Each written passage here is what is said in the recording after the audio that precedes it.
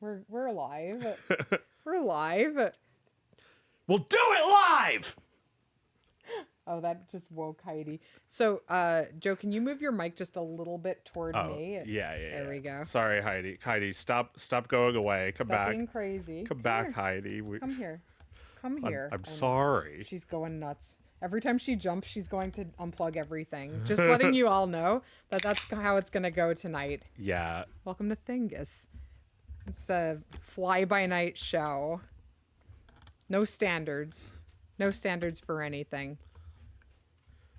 It's Thingus tonight. And we haven't prepared anything. So I was looking up about Mac Tonight. Do you remember that one? No.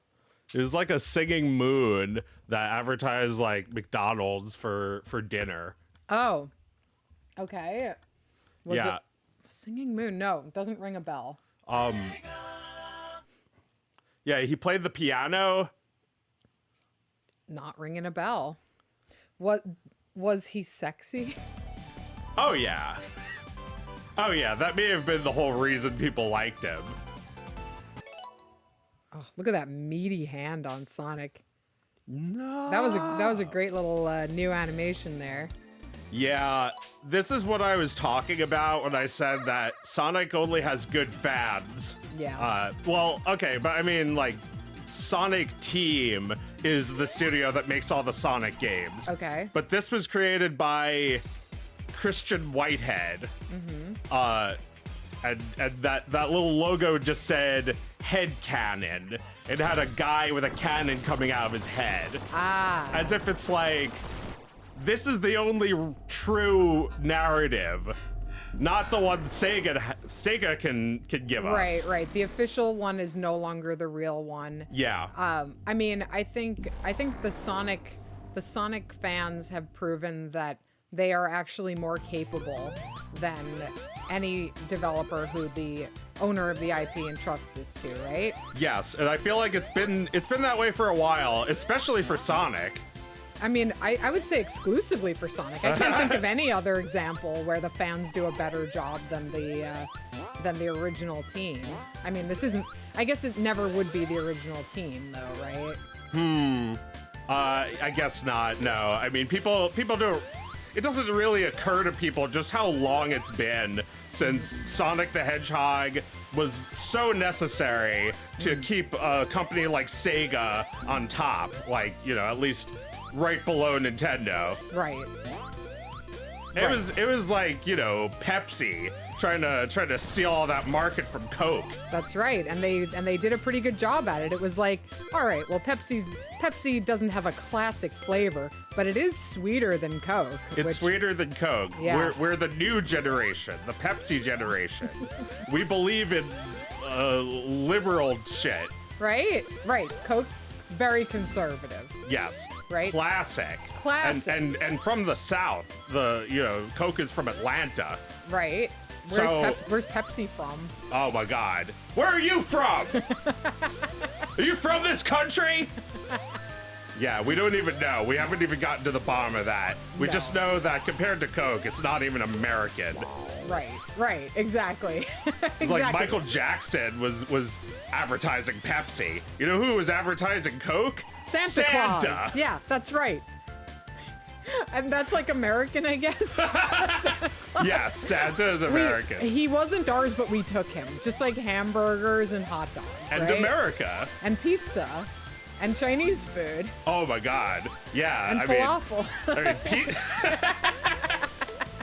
We took it. We're like, take?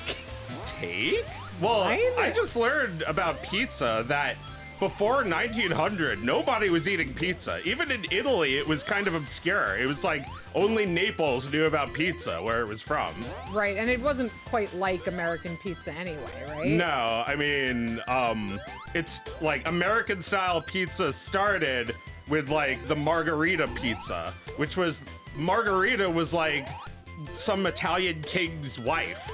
And she specifically wanted those ingredients on a pizza. So Margarita was a babe. Yeah, Margarita was a woman. All right. I mean, I can tell Margarita was a woman, but Oh, I see. This is not in the original game. I mean, I think there was stuff like this in some of the old Sonic games. Well, I guess this is mode 7, but there's like some low poly stuff here too. Well, this game it's not a complete like just Sonic. It's kind of like a remix of all the best Sonic moments. Yes. So like some of it is new, some of it is old, some of it is remixed. Some of the music is good. I like this one. Yeah, this is fun. This is so hard. It looks very difficult. I'm never going to catch up with that UFO. I'm just going to respond to some people in the chat real quick.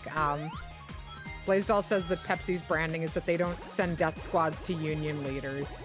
I don't know if we know that for sure, but they might. And Arathorn's asking how the Gosling's Diet Ginger Beer. Right, I've got it very prominently featured here. I did not mean to make the label like perfectly head on with the camera, but it deserves it. It's very, very delicious. As far as diet sodas go, you can't do much better than this, except perhaps a cherry Diet Dr. Brown. But Gosling's is quite good. Oh, he got a Chaos Emerald. Yeah, it's delicious enough that I'm putting it on my table. Obviously, we've got a slightly different setup here. We're working on the Switch tonight. We're working. This is work. And, you know, we're sitting on the big, comfy couches in the living room tonight. Not sitting on that horrible sawdust contain. No, that couch upstairs is great, too. This one, though, is so plush that you can't get up if you sit down. Yeah, I'm stuck here. Before I was just like waiting, and I just like became completely like sunken into the couch. Right, that's why I can't seem to get the mic away from your face because you keep sinking. It's really hard to put the mic in a spot where it's a good distance from my face. I feel like putting it like further over was the only option. Right. So we would hear you less. We wouldn't want that. Yeah, but if I'm further, I could just be louder. Yeah, right. Fuck it! Fucking thing sucks! That's what Bill was saying about the last Sonic game that Sega made. It was like Sonic the Hedgehog 4 or something like that, right? That was it. Was released on the Wii in like multiple parts. Like this already sounds bad. That's awful. It's, like, it's still in early access. Yeah, like they didn't finish it. Sonic 4 is in like a 3D style. Yeah, it's another thing that is not working in its favor. Fucking thing absolutely sucks, and also it's not done live. Well, is it done live? Is putting out an unfinished video game the same thing as doing it live? Kinda. Yeah. Yeah, fuck it. Who cares? Fuck it. We'll do it live. Yeah. Fucking thing sucks. Anyway. Fucking thing sucks. Right. And people are gonna hate it no matter what. Right. O'Reilly is admitting that his show fucking sucks. I mean, the thing is, I was just thinking about this. Like, when Bill O'Reilly dies, we're going to be talking about that video of him, right? Yeah. And it's the only good thing I could possibly say about it. Because it was the only time we really saw him as a human. Yes, exactly. Exactly. When he was just like, he was mad that everybody else who's getting paid far less than him was being less of a professional than him. And in a way that was humanizing. Just like somebody being like, fucking amateur hour around here. Let's just do it. Well, that's the sort of thing that would probably get you in a lot of trouble if you weren't famous, or if you were famous. But like, I don't know, it endears him to us, actually. Yeah, it's kind of like how everyone hated Ellen for yelling at her employees for like a few weeks, and then it feels like that actually was fine. Yeah. Like if you thought working for Ellen was going to be a dream, just like what's her name? Like Amy Klobuchar, we all found out that she was like being abusive to her staff and just yelling at them and making them cry, and it's just like, all right, that does suck for them, but also like they thought like hitching their wagon to Amy Klobuchar was a good idea. Yeah, like don't complain. You knew what this was. It's Amy Klobuchar.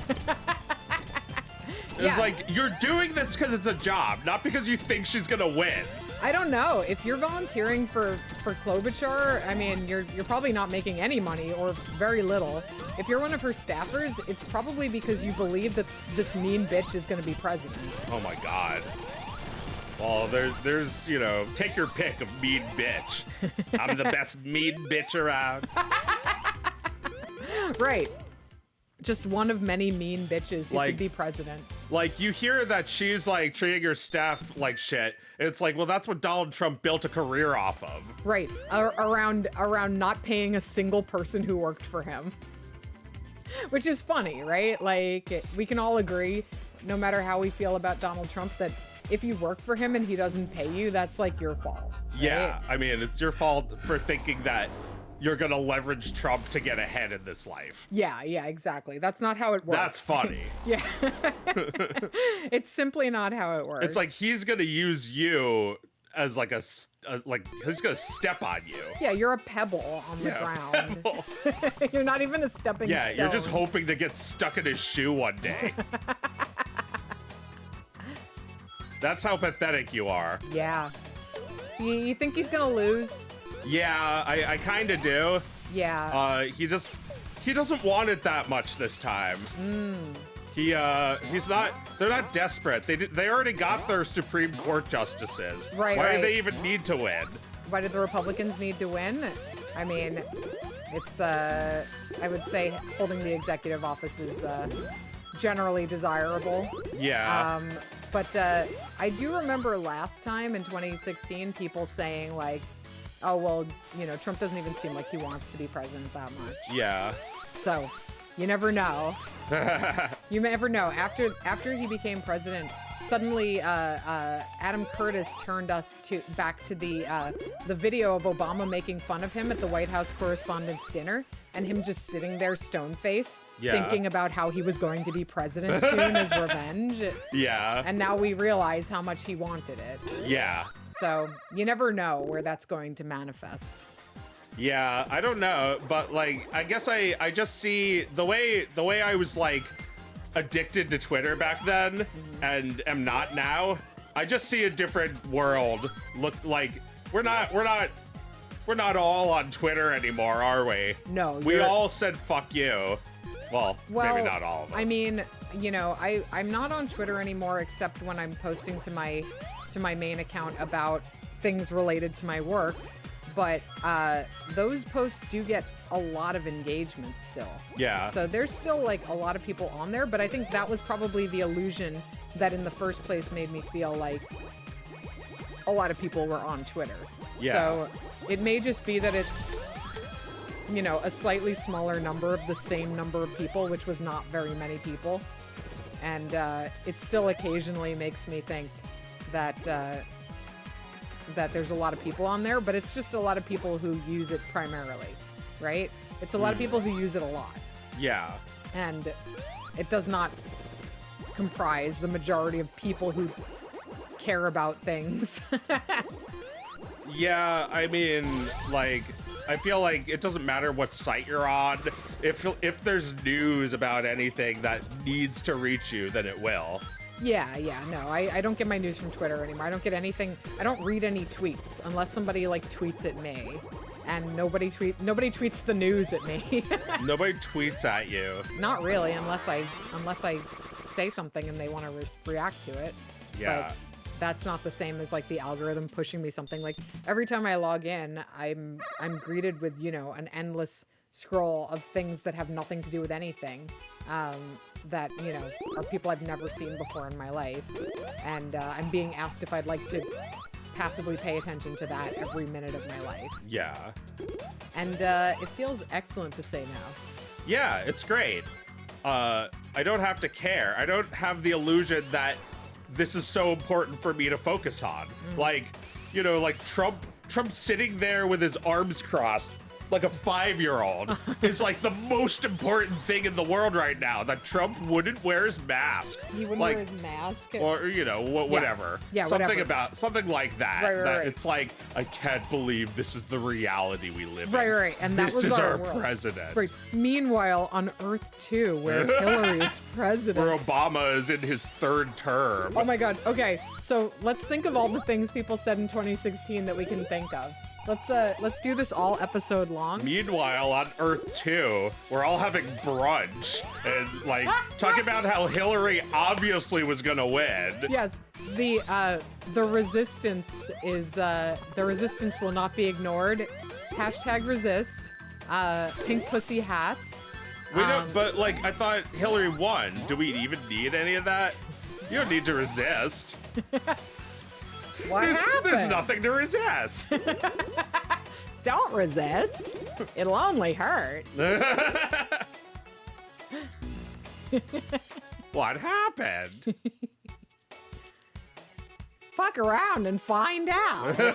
There was a lot of fuck around and find out already around 2016, right? Yeah, we were fucking around and we found out. And we were finding out. Yeah. There was a lot of that picture of, all right, so of all the activism in around 2016, of all the ways that people thought they were doing something, the most anybody accomplished, in my opinion, is that one guy who punched Richard Spencer and ran away. Ah, yeah, that guy. Right? Because in an instant, he made a clown look like a clown. Yeah. Like, a clown that people had been taking very seriously. Yeah.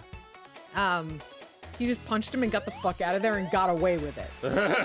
And I don't think anybody else did anything that cool or good. Yeah, that's kind of like the George W. Bush shoe of this generation. That's right. Oh, man. Right. Because it was basically saying, like, all right, well, this thing that you've all been talking about, like that the news media has been taking very seriously, like the agenda of these 25-year-old white supremacists. Oh no, Richard Spencer was older than that, but not much. He is like 30 years old. We're not going to take this even a little bit seriously because these people are losers. Yeah, they're weenies. They're weenies. Nobody likes them. They're not going to organize a movement. Nobody likes gay. them. We hate them. They had absolutely nothing to offer. And the only people that were giving them anything were like the news media. And then in an interview, somebody runs in and makes that guy look like the most sniveling little dork. Yeah, like the most normie failure. Pepe, he's kind of a symbol. Yeah. I picked this one up on Facebook. Maybe you've heard of it. Right. It's a website on the internet. Something I just got on 5 seconds ago. Oh my God, yeah. This guy who spends his entire life online. This guy who shaves his head every time it grows even like the smallest amount. It is so embarrassing that anybody took any of that seriously. And thanks to that guy, we didn't have to put up with it for any longer than necessary. Well, I feel like we're still in that moment where, like, we can't fix this by, you know, doing the Bernie thing and trying to improve this world. No. We can only do the Joe Biden politics of, man, just shut up. Yeah, just shut up. I can do more. I'll do more push-ups than you. Yeah. I'll take a test. I'll beat you in Jeopardy. I'll win without using my brain. I'll win while I'm asleep. I could beat you in my sleep, man. And I'll get away with it. And I got away with it for 4 years. Yeah, for 4 years, Jack. What are you gonna do? January 6 us again? you already tried that one. We'll just punch you in the face again. It's like this is Biden's politics. You know, Republicans they cope and they wish they you know, very very lightly persecute us in the process by going after the likes. Socialist. But Biden's actual politics are just shut up, man. Just shut up, man. Just shut up. Just shut up. We don't care. We don't want to hear from you. And you know, in that very minor regard, I'm behind Joe Biden. I also think, please just shut up. Yeah. The Powerpuff Girls made a joke about this. Very, very nice. Shut up. I like it. Yeah, right. These are the politics we need.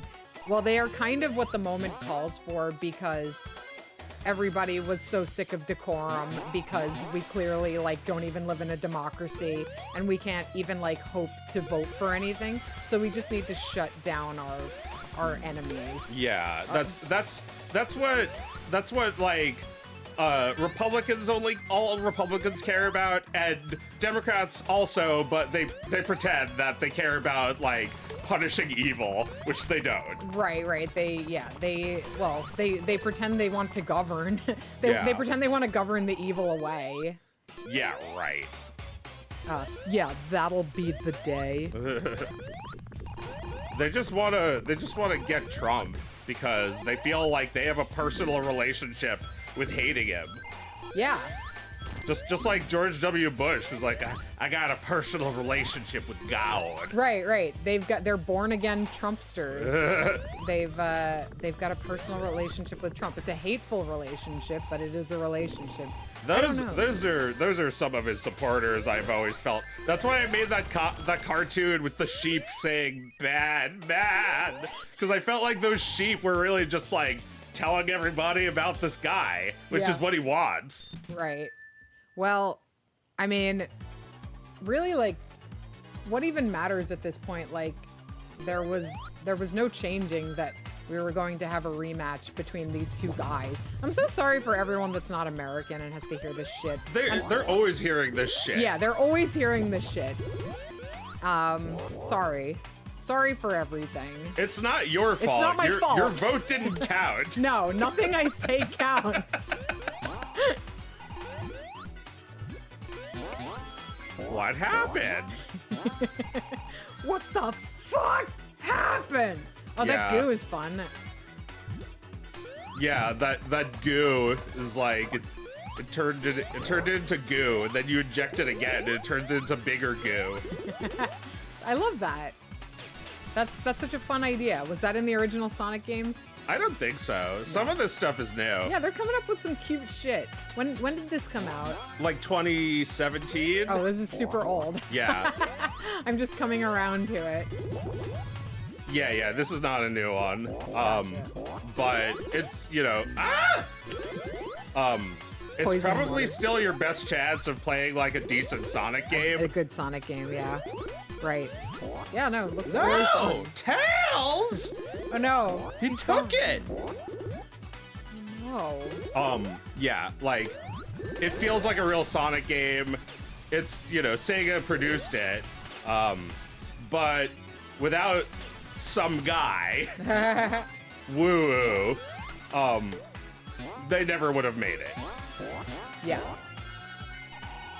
Some guy, woo, finally made a good Sonic game. Some guy, woo.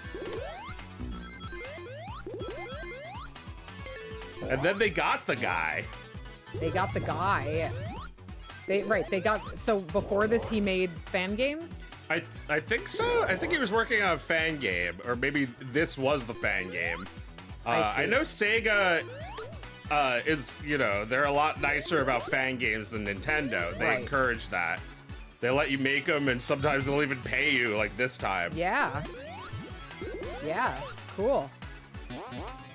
Yeah, well, it was always so going to have to be some fad, because when they hire people, those are also fads. Right. So they should just let the fan hire himself. That's kind of what happens. Yeah. The fan hires himself.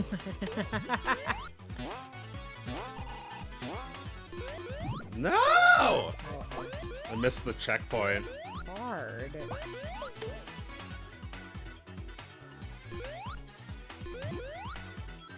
Oh, hello. Do you want to be on camera? Is there something cute off camera? There's something cute nearby. Here. Ew. Here she is. Hi. That's Lou. She's cute. She's cute. She's QAnon. Yeah. She's Q. The new Q drop is coming very soon. Hello there. Yeah, it's like the same drop, the same sound of a cat falling and hitting the floor.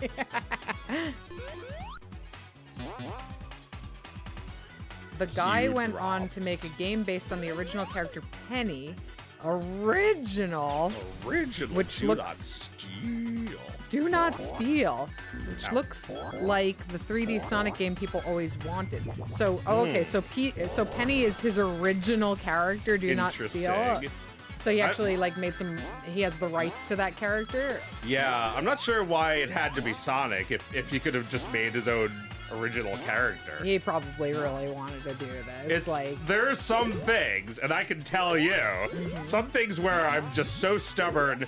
Hell no, I cannot change the characters. It's got to be a parody. Right, it's got to use all of the real shit. Yes, it's got to use all the original shit.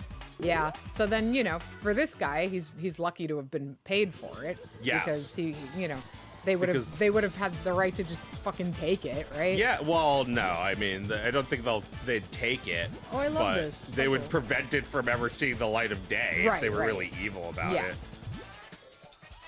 Remember the guy who made... Oh, man. I want to talk about old-ass webcomics because Octopus Pie just turned 17, and I've been talking webcomics with people.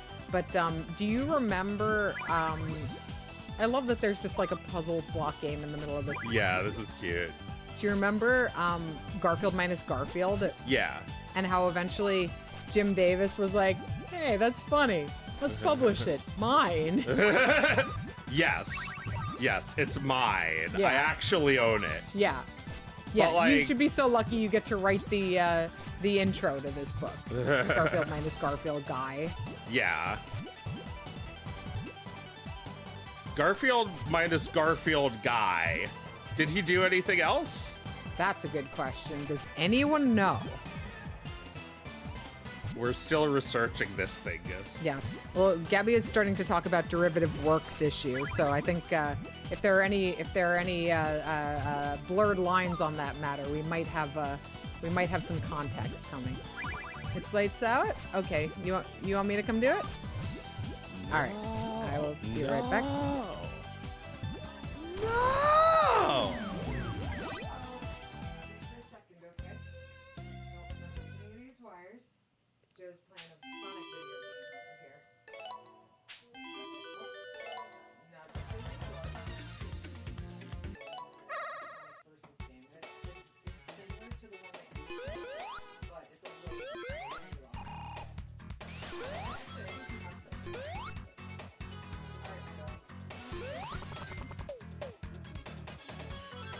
Cute things are happening in Maxie's world.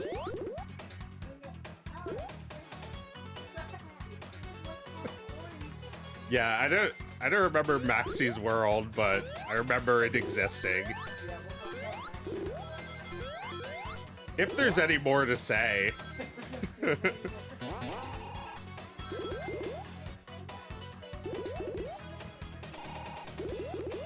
Yeah, so like when we were growing up, we had all these VHS tapes that were like from this label called Just for Kids with like a 4. And there was like a giant balloon that inflates and then a big pointy thing that pops the balloon.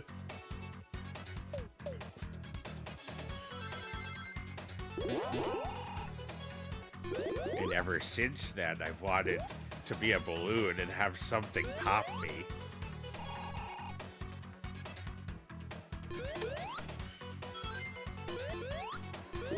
You know somebody was affected by it that way. But like, there was always trailers in them, and one of them was like Maxie's World.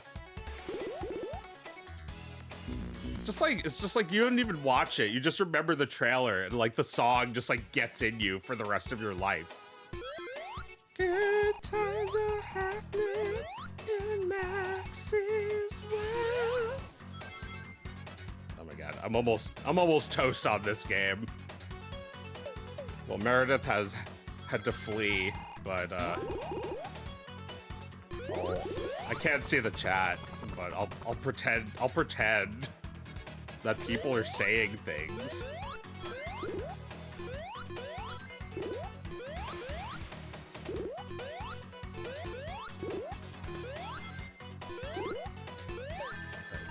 Can I beat the bead this time? No. Oh yeah, this game lets you play as Tails. Can I do that? Can I just? Game options? No. Okay, I guess it's, no! I guess it's one of those things where you have to beat the game first? Yeah, it's not giving me the option to play as Tails. It's like the noise. Avoids the noise. You get to play as the more fun allowed character. But only after beating the game first. All right, so you're talking about Maxie's World. Yeah. I guess you got out everything you had to say about it? Well, I mean, not everything. So what do we actually remember? We remember. All right. Okay, so in my imagination, Maxie's World looks like Gem and the Gemettes. What's that shit called? The Gemettes. Yeah, the something like that. Fashionettes. And like they've all got leg warmers, right? Yes. And they're riding around in a convertible car. It's like really 80s-y. Really 80s, and they have hot boyfriends, and they're in a band and they fight crime too, right? Strange things are happening in Maxie's world. I thought it was just good times are happening. Oh. Like there's literally nothing going on in I gave it a mystery element. It was like a Scooby-Doo. Where'd those games go? Gem and the Holograms. Okay, all right. Gabby gave us a lot of information about derivative works. With the video games? What are you looking for? You had a big pile of them. Oh, they're right here. Oh. Here, see what you want. Okay. Oscar, you gotta go back up, sweet. I was just saying that they wanted to know where Dad was. Oh, he's on the 3rd floor. Okay. All right. Just checking where he was. Yeah, he's up there tonight. All right, sweetie, good night.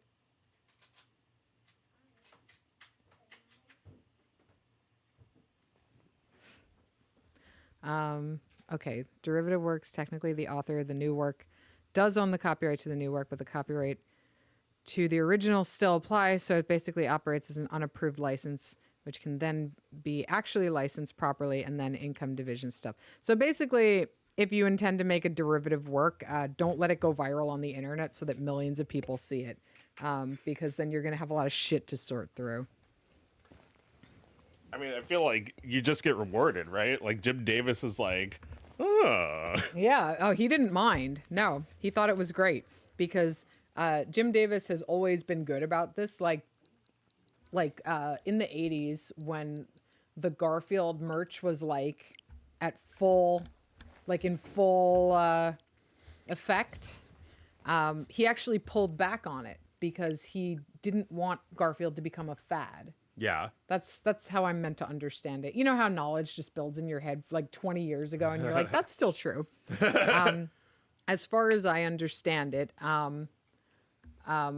he was aware that like if everyone on Earth had the fucking Garfield suction cups on their car, then Garfield itself would stop being, would not have long-term viability. So he pulled back on all that crap, knowing that he wanted, he was in it for the long haul with Garfield. You've heard he's a good guy. I've heard he's a good guy too. I have. And I've heard from cartoonists that he's a good guy. That like, he doesn't draw the shit anymore. I wouldn't either. But he's actually like, he could still draw. And, he's the reason the artwork in Garfield looks the way it does. And, he's kind of unemotional about this shit. So he's not a crabby old cartoonist. Yeah. You look at any cartoonist his age with a comic strip still going, and you're bound to find somebody who hates what they do. I never get that vibe from Jim Davis at all. I think he's quite happy in his role. I mean, maybe by now he's pretty sick of it. It's been a long time, but he's just playing that song.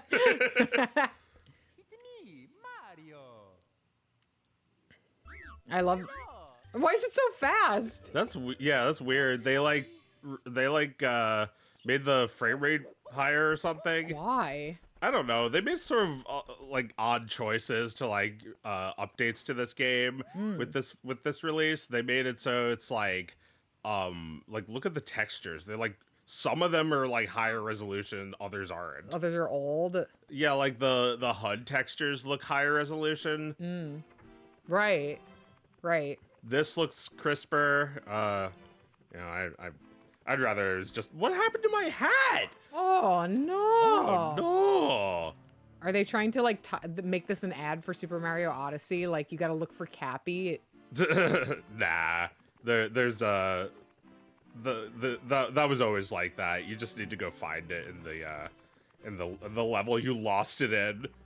Are you just gonna like clip through the Bowser portrait here and just like skip through the entire game? I'm not good enough to do that. No.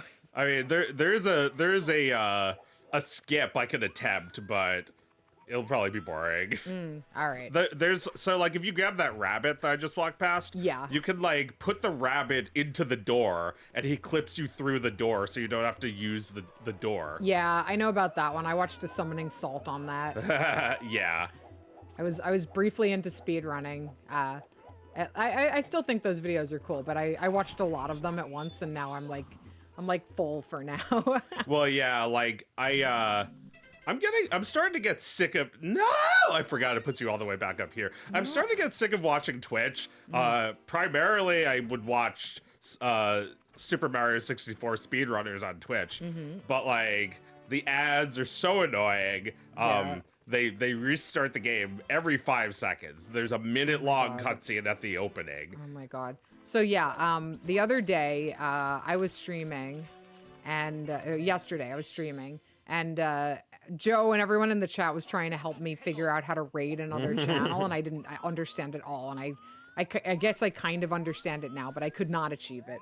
Yeah. And while I was trying to figure it out, I made myself look 95 years old by looking at my phone and opening Twitch, and suddenly a guy started talking to me really loud. He was like, and I got scared, and it took me a little while to turn it off again, and I was mad.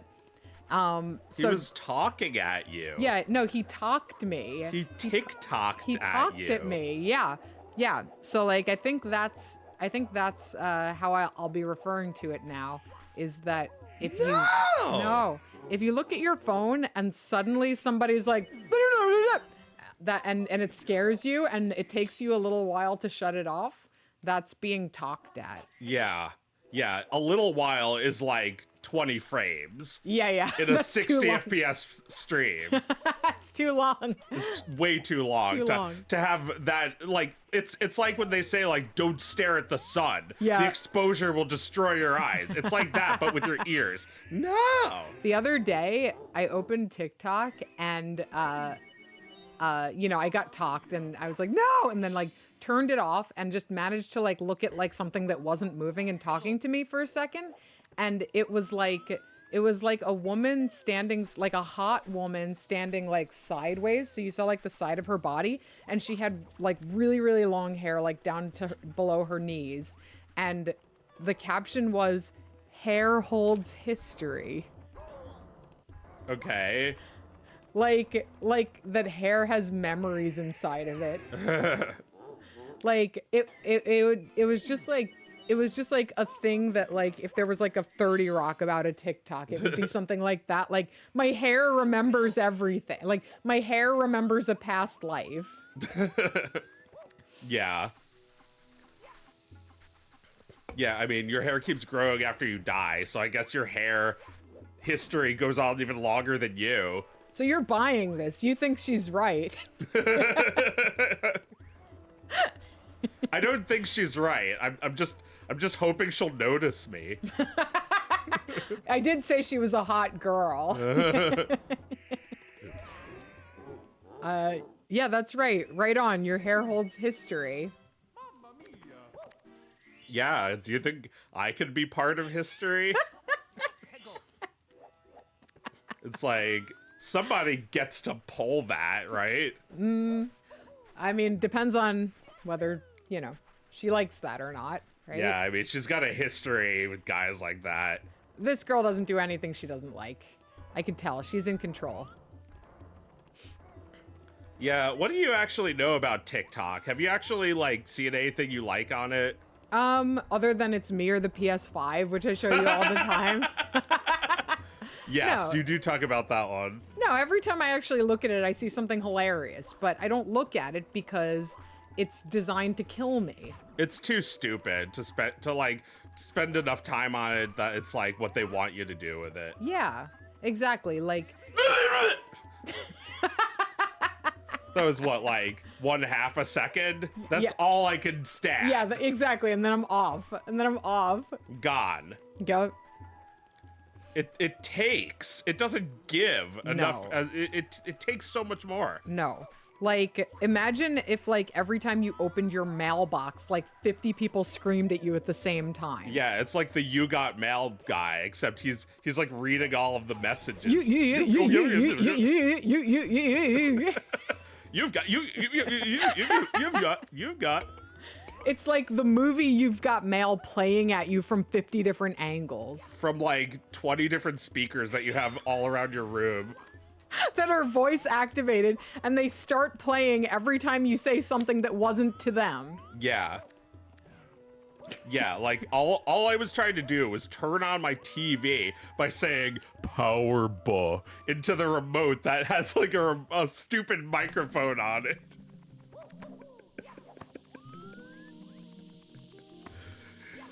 Imagine saving time by training an algorithm on your voice Oh my to God. respond to power. Yeah, it's a time saver. It's Yeah. a time saver. I recently looked up. I was curious to know because I was like, all right, could voice commands actually be any good? And I looked up whether there was actually an open source voice commands system. And it turns out that there was an open source voice command software that could be used on a variety of devices. And it got bought by Sonos and disappeared forever. So there's your answer. There's my answer, in case you ever get the itch to know why you can't do voice command with anything other than Apple or Google or Amazon. They make it so. Yeah. They. Don't say they too loud, though. Yeah, fag, the collection of companies that own everything. Yes. They can hear you. What? I'm sorry, I didn't hear you. Can you speak again? Yeah, I don't know if you've seen this shit, but there's these new devices that are just there's no other way to talk to it than just you can only use your voice. There's and no it's buttons? AI powered. No, there's no voices. There's no buttons. It's just voice activated and AI powered. There's So not even a touch screen? there's no touch screen. There's one that has a little thing that you put it here on your chest. It's like a pin, and it weighs 20 pounds, so it does that to your clothes. It makes your clothes stretch Yeah, out. it ruins your clothes. All right, and let me guess, because my next question was, what does it do? But that doesn't matter, right? It's got a little projector that it projects onto your hand, and you can rotate your hand to select stuff. It's it works exactly as it should, but it still sucks, voice command. Who's developing that? That I don't know. Okay. It's not Apple or Google though. All right. I mean, the Apple Vision kind of nobody's fucking talking about that anymore, right? Oh my god, who the fuck has that? only people who reviewed it for like a week. Right. Anybody using their? Is anybody watching this stream on their Apple Vision right now? I'll eat my words. If even a single one of you is using your device right now.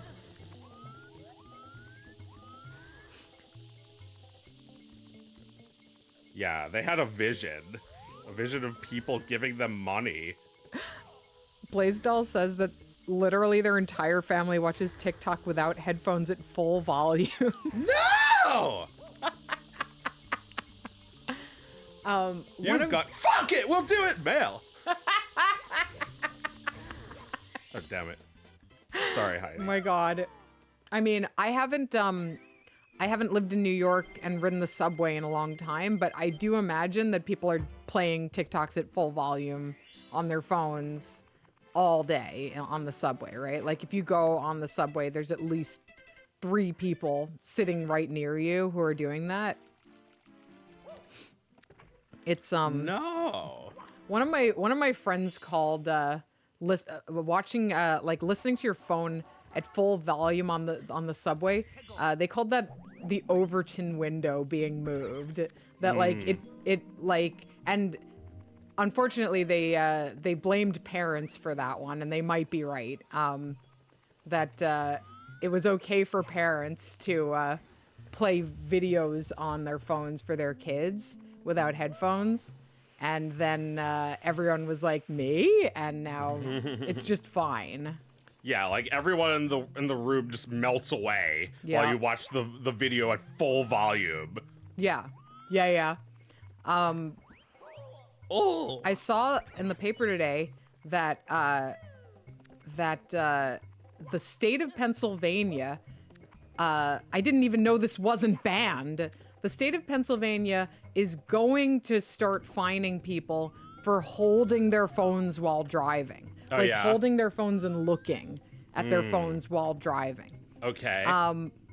So, first of all, that hasn't been illegal. Yeah, that was fine until now. That was fine until now. And also, the governor hasn't actually signed it into law yet.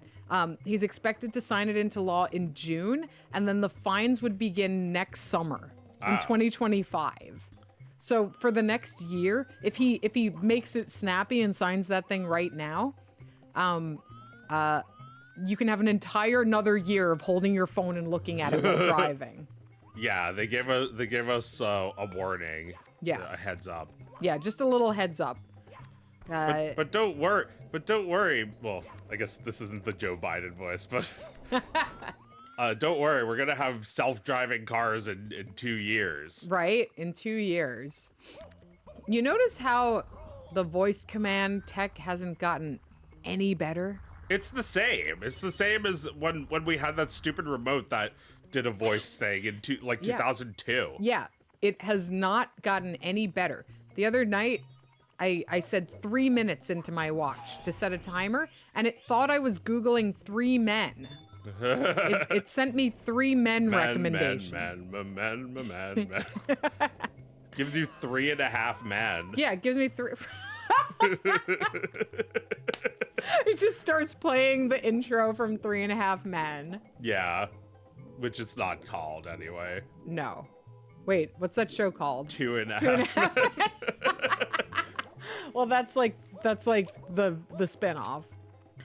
Another 3.5 man. Men. They got another man. Yeah. No, they got 2 more boys. And they got rid of Charlie Sheen. So they got 4 more boys.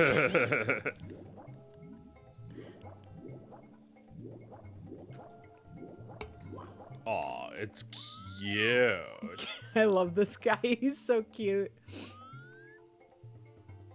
He was so cute. I was watching videos with Oscar of baby seals today because we were talking about the Arctic for science, and so we got to watch videos of seal pups. And Yeah. I think it was like David Attenborough was narrating, and he was talking about how the seal pup puts on like 2 kilograms of weight per day. Oh. And there's just like all this footage of the little seal's like face just like like inverting into its blubber, like they're just so round, and they're so tired from swimming all day. Do you know what kind of seal it was? It was an arc seal. Okay. It was the white pups. They're Cute. the parents have like a brownish silverish coat, but the pups are just this beautiful fluffy white thing. Yeah. It's so cute. There's this one video I love called Crybaby Learns to Swim. Have you seen that one? Is a baby seal? Yeah. Oh. It's like a seal sitting next to like a water, like a hole in the ice where you can swim into. Yeah. And he's just like, bish, like over and over. I may have seen that. Yeah, in this video, it was explaining how the baby seal has to swim for longer every day because the mom is going to be there for 10 days before she bails. So the baby gets fatter and swims for longer every day. And it's really, really hard and exhausting work because they're swimming in freezing conditions and they don't have, like, their coat is not conducive to swimming. Like, they don't have that slick coat that the adults have. So it's very hard to be alive. Yeah. I mean, you know, this is to speak nothing of the rest of their lives when they're going to have to live in this. Yeah. But as babies, their life is particularly full of struggle. Bish! Bish! And there's this other seal video I like where it's just like, "Ah!" And the mom comes over. She's like, what? She's like, good night. The mom like steps on his foot while running over to him. And the kid cries even more. Yeah, the mom, he cries again. You stepped on my foot.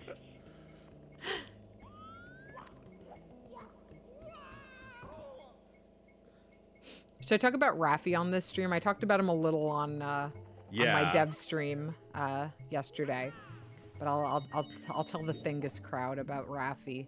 So I saw Raffi on Sunday. I had a beautiful Mother's Day. Let's just back this one up. I woke up and my boys went off to the grocery store. So I opened up a book and read in bed. And when they got home, I came downstairs and Mike was making breakfast, and Oscar was playing. And a couple times he started to play a little noisily, and Mike just talked to him a little bit and was like, "Buddy, very special day for your mother." And like, I'm sitting in here with my book, and I finished it. Yeah. I read that book until I was done. So if that had been all I had gotten on Mother's Day, Dianu, that would have been wonderful. Or are you done? Are you done? I'm just waiting for Mary to drown so I can leave the stage. So then we had a lovely breakfast. Mike made this baked French toast thing that you must join us for. Mm-hmm. You simply must join us for. It's so beautiful. He takes all the old bread in our freezer. Like every time I make a loaf of bread, I freeze the part we don't eat. And he turns that into gorgeous French toast casserole. So good. So anyway, we had that. And then, oh, that's rough. That's too real. I was going to save the Bluey live show for Thingus. Maybe. I'm going to see if I have anything else to say about it. I don't know if I do. It wasn't very exciting. It was very exciting for the children, but so after that, Mike reveals to me that he's carved out part of the day. This is a very busy day. I did not expect the day to be so full of activity, but he told me that he had carved out time for him and Oscar to do one thing, and for me to go to a Russian-Turkish bath. And I'd been wanting to go to this one for a while, but I'd kind of been like, I don't know. By the way, you and I are going. It rules. I had a lovely, lovely afternoon at the Turkish bath. Absolutely pulverized myself in the sweltering heat. and the frigid cold of these rooms. Awesome. I just sat around and lazed there for hours, wrote in my notebook a little bit, read a little book, read another book. I started another book. Mom's reading. Called our mother. And then when Mike picked me up, we all went to see Raffi. Now, everyone knows who Raffi is, I'm going to assume, right? Legendary children's entertainer. We saw him at the Met, and we were really excited about this because Raffi is 75 years old. He does not tour much anymore, and he has not toured in America in a long time. Not that we're aware of, since Oscar has been aware of Raffi. So this was our first chance only chance, really, to see Raffi. And so we were really excited. We got good seats, and we show up, and Raffi is, he starts right on time because it's a children's concert. And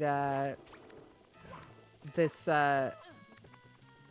pair, a mother and grandmother and a little baby, a very little baby, show up at like 30 minutes late. They show up so late. And when they show up, they ask me to move so contemptuously that it seemed as if she was saying that I simply can't understand what it's like to be a mother.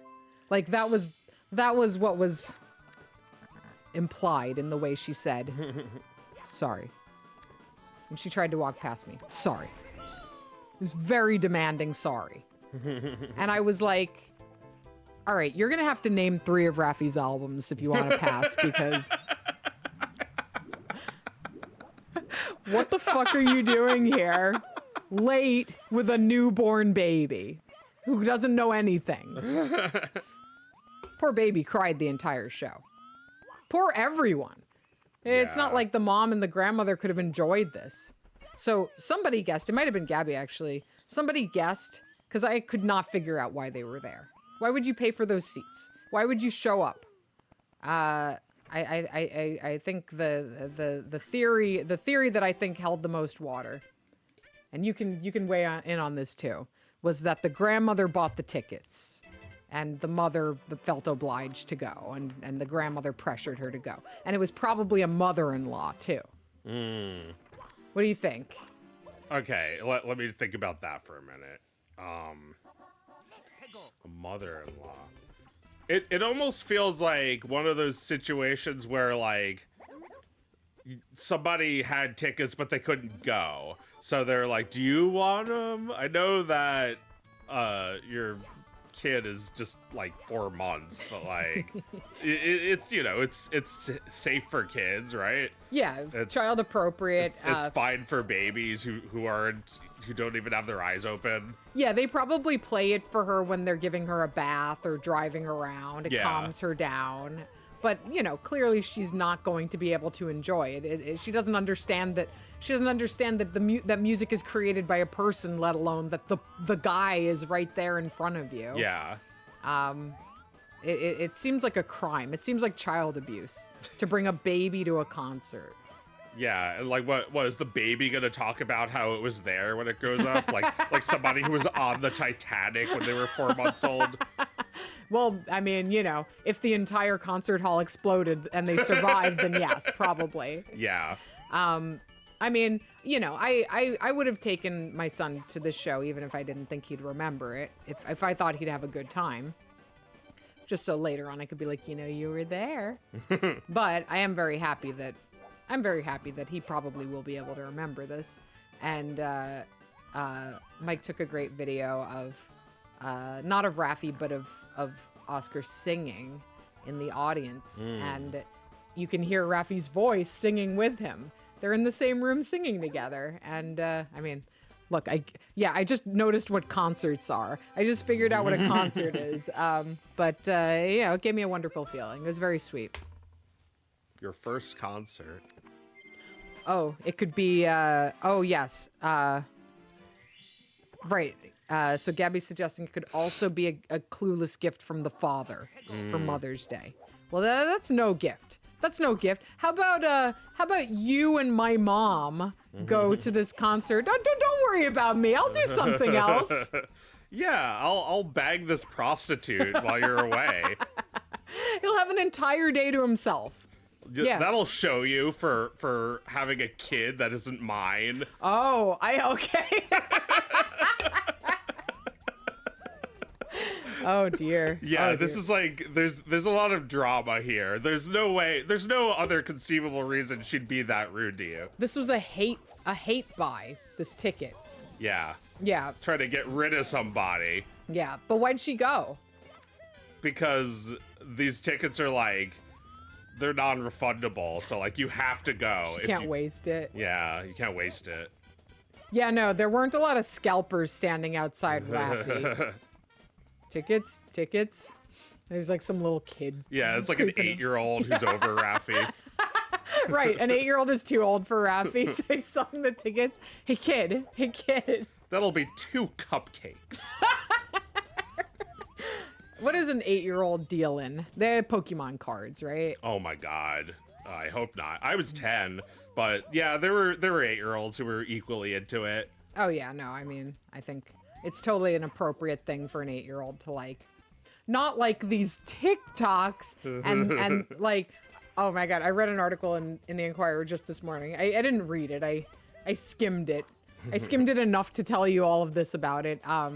It was just some person who was mad because her little sister, who's like, 15 years younger than her, knew all the shit that was on her phone. Like she's like scrolling on her phone and her little sister was like, ooh, I want makeup. Ooh, I want nails. And she was really upset about it. And she wrote a whole article about it. And she's like, kids today, they all with their TikToks and their Sephora, stealing makeup from Sephora. Not how it was for me. She's like, and sure, I know every generation thinks that the next generation is growing up too fast or that they're not interested in anything good, except that I'm right. Yeah, I mean, I don't have a problem with this generation, although I think that saying TikTok is horrible kind of, I gotta get with those people. Oh yeah, no, it's I don't disagree with any of them, even the old cranks. It's such trash. Yeah. Like like every website, there's merits to it. But I'm not gonna get on that. Well, like I tried. I gave up. The idea that like having a phone gives you a pretty pro grade camera is cool, right? Yeah. Like having instant access to video tools is cool, and like having the ability to share all that stuff easily is cool. But these platforms know that, and that's why in order to have all that shit, you also need to have all their shit, and all of that is poison. Yeah. Yeah, you got to use your Apple phone to use TikTok. The guy who's telling you have to do it. Yeah, like the guy who's really excited about locking you in as a customer for the rest of your life. For the rest of my life. Oh, have you heard of Google? You could look up anything. I'm finding that not to be true lately. Right, and I've been watching like videos about people talking about that and saying that like that thing we were saying, people are saying it in YouTube essays that like you have to add Reddit to have any value in your search. Yeah, exactly. Because the search is just like, it does that little AI sparkle when you type something in now. And then the answer is highlighted in pink, which tells you that the AI came up with it. Oh my God, I fucking hate. Yeah, no, it drives me crazy. You know what I like? I like stumbling into things. I don't like targeting my internet experience anymore. No. I saw something today that I thought was really fun. It was It was a post from this website called Found File. I think it's called foundfile.net. I saw it reposted on co-host, and it was a story. I don't know if this is all written by one person or if it's like contributing people, but the person writing was like a Japanese video game collector, and they found a Super Famicom version of RPG Maker, and they loaded it up at home, and it had a file on it that would have been from the 90s, and it turned out that the file was a complete game. Whoa. And the game was called Force of Sex. Okay. And it was like, in short, you should read it. It's fun. The writer is a little embarrassed to admit everything that he saw and experienced in this game.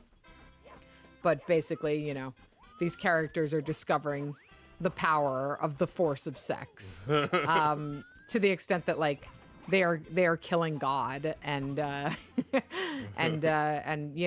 declaring the power of the force of sex to be supreme. Yeah. It could have been a game that, like the writer felt a little bad about even showing it off, because it could have been a game that was never intended to be seen by anybody except the person who made it. Yeah. But they felt it was such a rare find that it was important to share it. So they uploaded the file, and now it's preserved on the internet. Oh my God, you know everything. You know all about this game. I gotta say, like, that's the kind of shit I'm interested in on the internet now. Yeah. I'm interested in rare relics that were lost somehow magically being rediscovered. Yeah. Yeah, that is cool. Force of Sex. Force of Sex. Rescued on a battery that outlived it lasted long after it was expected to die.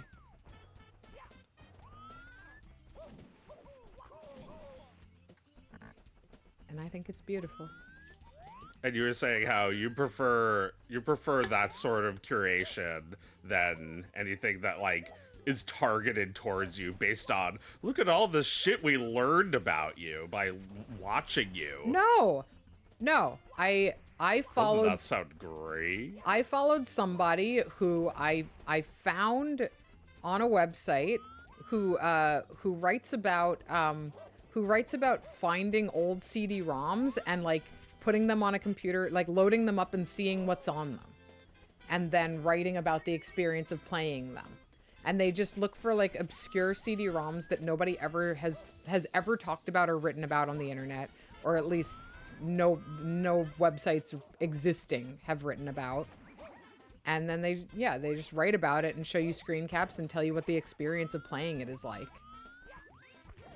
And I found that by using my own brain and looking for people who might be interesting. I mean, I don't have the search terms for that, right? The fact that like that project that person does, I don't have the search terms for that. I didn't know I wanted that. No. In fact, there was a time where we were using the internet without searching. We didn't need Google. No, because people would link to cool websites. We would all just link.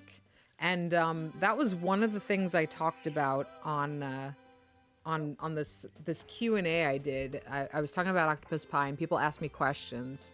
And one of the things someone asked me, which, it was co-host, so I feel like this might have been sort of a leading question, but they asked me why it's so hard to discover webcomics now. And, my answer was that, Google Reader got demolished and RSS stopped being a thing. And social media rose up. And suddenly people weren't going to individual websites or finding websites through networks of websites anymore. And that entire discovery ecosystem, webcomics linking to each other, webcomics blogs, Stumble Upon, Delicious, Dig, shit like that, Yeah. where it was like just a community of people looking for cool things, or webcomics readers looking for webcomics. They all linked to each other. They all promoted each other. There were link exchanges and top lists and all this shit that doesn't exist anymore. And it was all human curated. It was not curated by an algorithm. It was curated by votes or individuals. And that's all gone. So, like, an algorithm is not going to help you find a webcomic because, like, an algorithm can kind of guess what you're already into, but it can't help you find something that you never expected. No, you need a real person to curate these things. It's always been better when it was like that. Yeah. There was a time where even YouTube was like, if you like a video, all your followers are gonna see it. Right. And now they just push whatever algorithm shit. Right. It's just the slurry. I mean, YouTube never directs me to shit I want. It pushes videos of shit that I'm already subscribed to. Thanks. That's interesting. I already saw that. Thanks. And, I'll like follow like a bodybuilding thing. So it sends me all kinds of bodybuilding shit. Like, you don't understand. I already spend too much time looking at those videos. I'm not looking for more bodybuilders to watch. Yeah, but data says that you're more likely to click it. So, fuck right. you fucking animal. Yeah. No, I mean, yeah. It sucks. And yeah, I mean, it demolished the webcomic ecosystem as we know it was destroyed because the website became kind of a thing of the past. And I think people are more interested in having websites now than they were a couple of years ago. Yeah. So the thing is, like, I don't think we're going to bring anything back in terms of like specific things. But we might be able to learn something from the ethos that has been lost and use that to build something new. I think just the amount of disgust that I find the average person, I mean, maybe it's just the people I'm hanging out with. There are plenty of people who are just raw dogging the internet, as we say, right? Well, I just installed some ad blockers because fuck that. Yeah, I saw you had a it. whole bunch of shit. But most people, I suspect most people are not doing that at all. Maybe they've got ad block, but for the most part, they are just letting the internet do this to them and living in a state of vague distress about it. But I think there is a pretty good contingent of people who are tired of living this way. This doesn't feel like living. This feels like being inside a simulation. And they're sick of being talked to by the computer. They realize more and more that the computer does not understand anything about them, and that the computer is actually like kind of working antagonistically against them, trying to milk them for everything they've got, which they don't even know what a human has got. They are just trying to guess. Yeah, and guess poorly. Yeah. I think more people are coming around to that, and they don't want to live in that world. And I have noticed, like, I mean, again, this is just me sampling people on co-host, but like, on Twitter, you've got the creative class, and then you've got a lot of people who don't really do much except follow others. But, they might say some little self-deprecating thing like, once in a while I try to make something, like that'll be in their profile, right? I find that the kind of person who does, on Twitter, that kind of person just like, they just retweet a lot of like social justice or, they're the discourse du jour. They don't really contribute anything meaningful. But I find that on like a platform that sort of encourages creativity at a small scale, the people who don't really feel like they're much actually do and say a lot of interesting things. Yeah. Like, I think an individual person has more to contribute on a platform that is not just harvesting their attention. More than they know. You know, like they might feel like, you know, oh, I'm not a creative person, or oh, I don't have any time for that, or you know, my work does not compare to you know, the people I admire, so why try? I feel like those people are a little more brave when they're in an ecosystem where there aren't a million people looking at them and ready to kill them. Yeah. Where they can just like, you know, post some little thing and see if anyone likes it. I feel like in general, everybody has more to contribute. The inclination, the you know, the feeling that like if you're creating something, it needs to be something that the mass audience likes, really paralyzes people and makes them think that they can't offer anything. Yeah. And that's really a shame, because I feel like when a person carves out their own little home on the internet, they're going to put what they want there. What is really them. They're going to express things that are weird and wild and and you know, interesting in some way.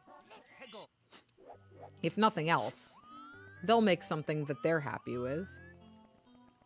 And I don't know, I think everybody needs to like reclaim a little bit of their own value. Yeah, absolutely. People get so much less with the algorithm shit that they are made to feel as useless and worthless as like a Fred video from 2009. Yeah. You feel like an NPC on the internet. Yeah, like you're just there to be a background character in Mr. Beast's life. Fuck. Yeah. That sucks. Yeah, but thankfully it's not true. We're just No. made to think that. Yeah.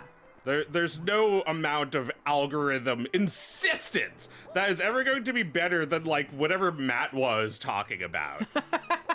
That's right. Let's just take a moment and appreciate our friend Matt Wilson. Like, I didn't even know about this game until Matt Wilson talked about it in a video the other day. Oh, right. Okay, we need to watch bonus stage. I haven't seen the new video yet. Yeah, it's funny. I thought it was good. Okay. Oh, that's interesting. I don't know if you know who Jerry Saltz is. He's like a New York art critic kind of guy. According to Gabby, he didn't go through the education pipeline. Yeah. That's cool. It's cool when somebody comes from left field and their particular way of talking about things is it turns out what people like. You don't know until you make the shape of it.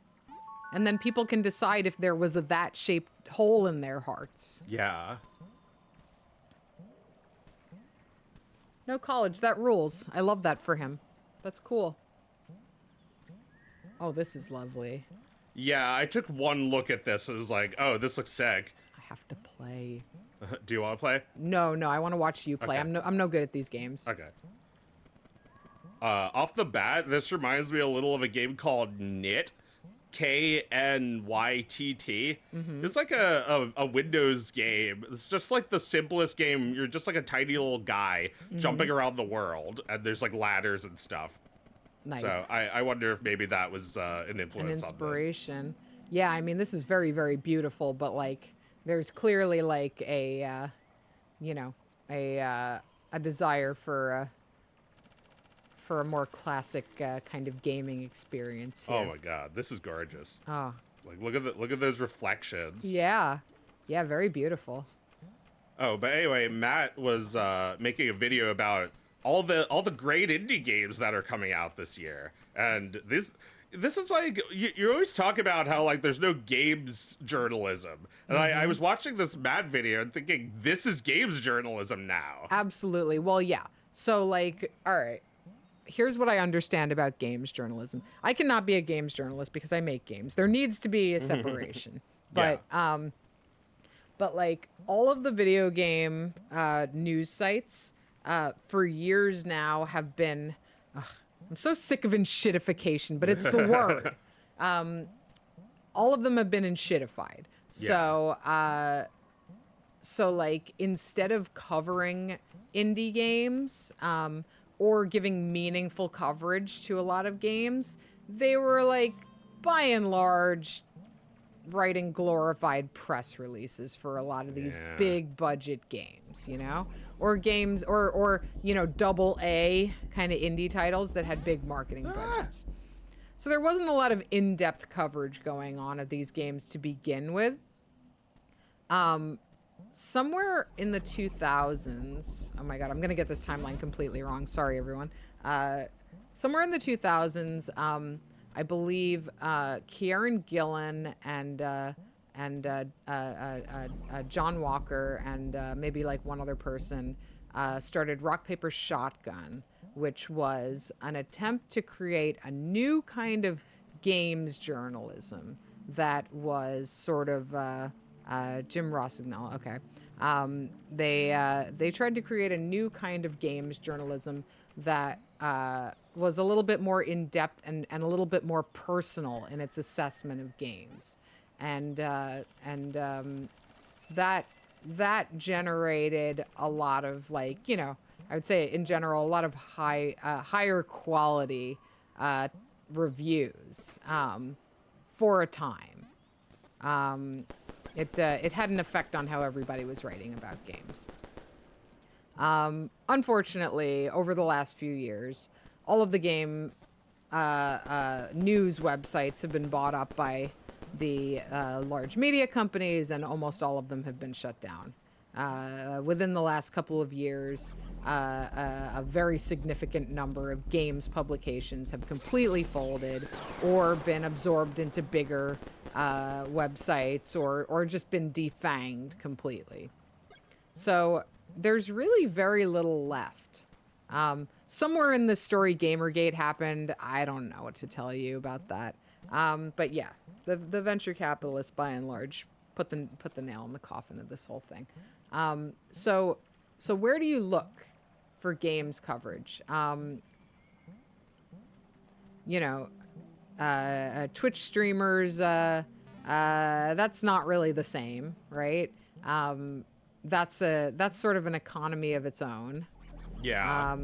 Video essayists, there's a little potential there. Although I would say that that anybody who's trying to like make money from YouTube videos is eventually going to fall into the trap of producing content quickly and cheaply, and perhaps by plagiarizing, and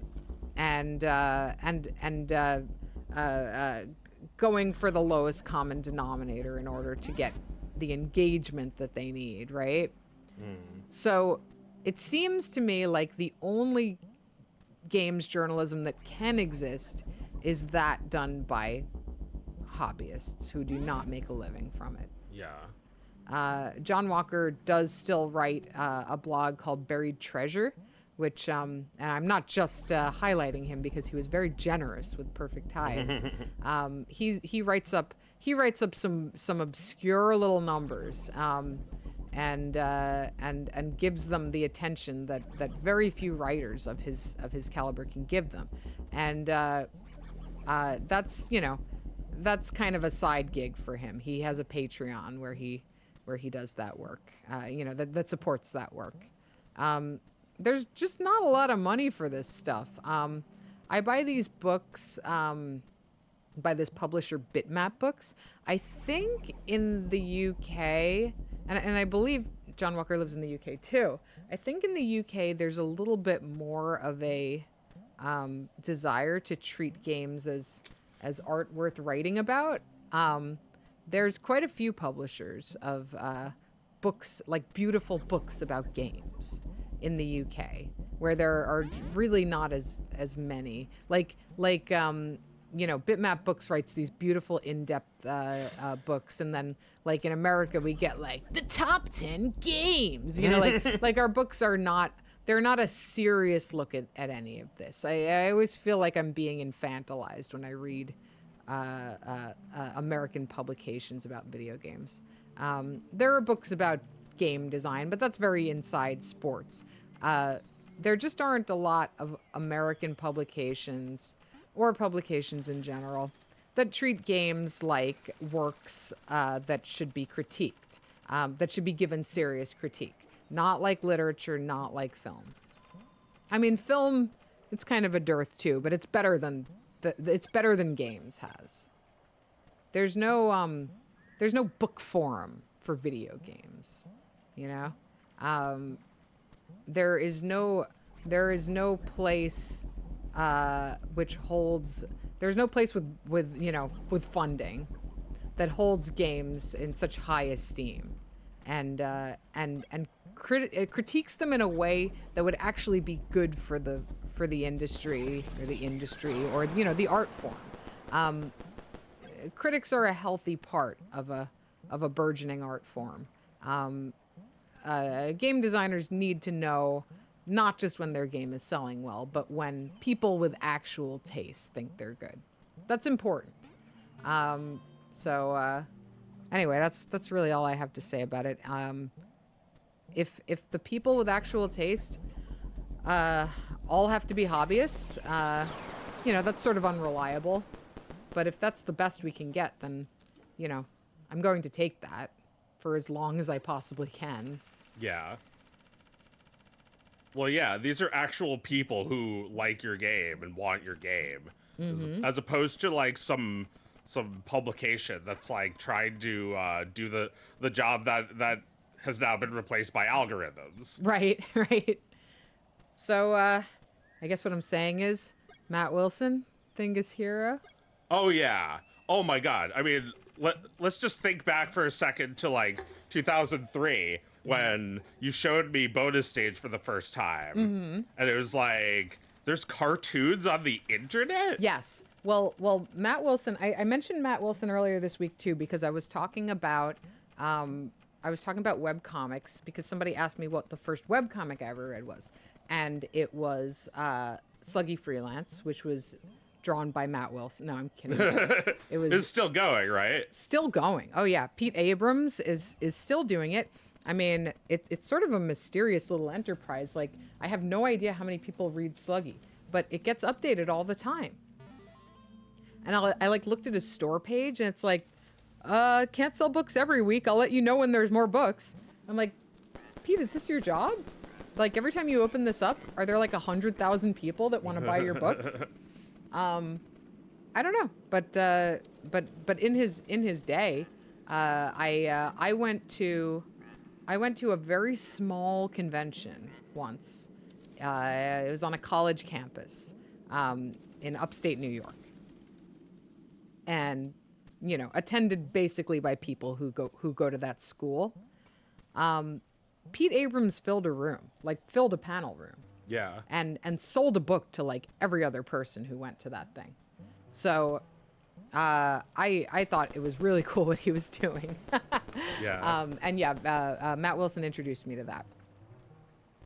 Then when I was starting to get into web animation, there was Matt Wilson making Bonus Stage, a Flash cartoon TV show, animated and voiced almost entirely by him.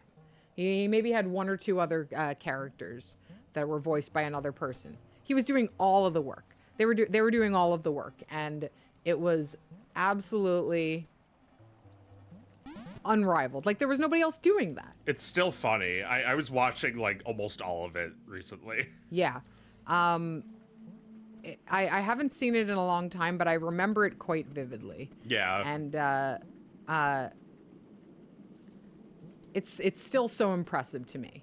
I mean, independent animation is one of those things like video game criticism that like struggles to survive. It's a miracle when it can happen, Yeah. and you can't count on it existing forever. But you got to be happy. Oh my God, look at that lizard! So This beautiful. whole game is just like breathtaking. Yeah, this is gorgeous. Cute. This is gorgeous. It reminds me a little of like Another World. It's like this French video game. I think I showed it to you at some point. Very hard, very Prince of Persia like. Uh-huh. Oh. Cute. And anyway, there's a blog called Electron Dance by Joel Goodwin that I stumbled across a while back. Nearly every game they write about is something I've never heard about anywhere else before or since. Extremely low profile indies. If anyone's looking for something like that, thank you. That's cool. Electron Dance. So the outlets exist. They're just not like IGN anymore. No, and how? But see, like this is the thing.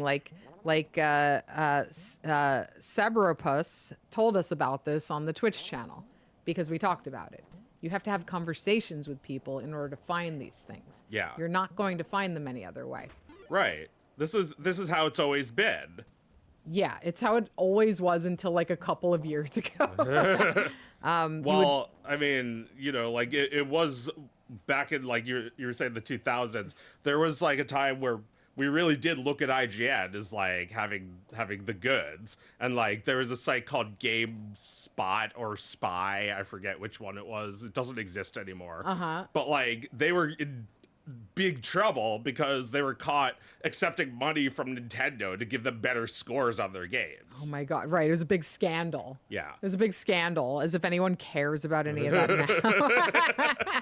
Yeah, well, yeah, I mean, Donkey Konga 2 got a better score, so it was probably bad. Oh man, right. Donkey Konga 2.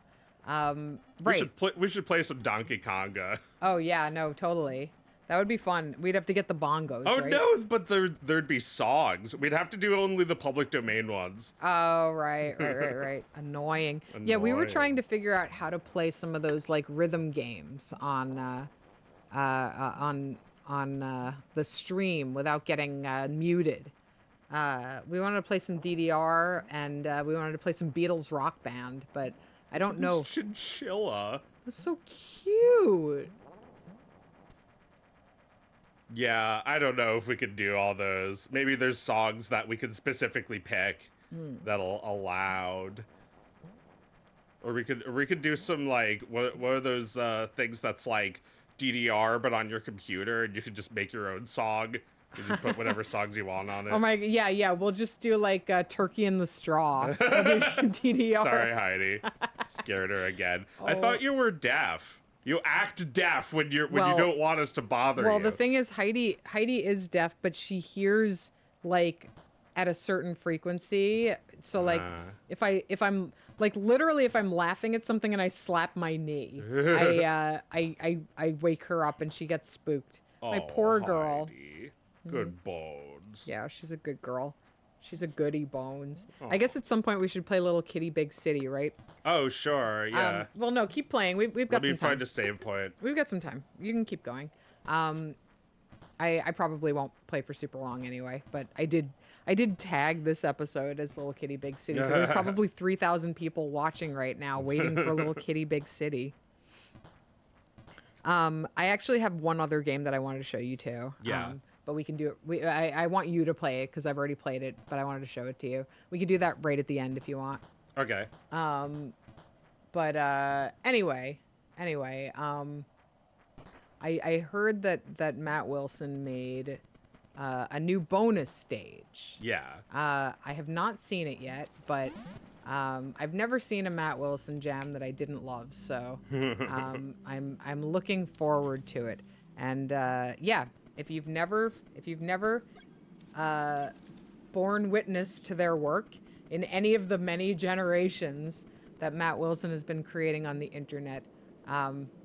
Check that shit out. It's great. Yeah, just like watch like the like first few episodes of Bonus Stage and then skip around like 20 or 30 episodes later and see how the quality kind of jumps.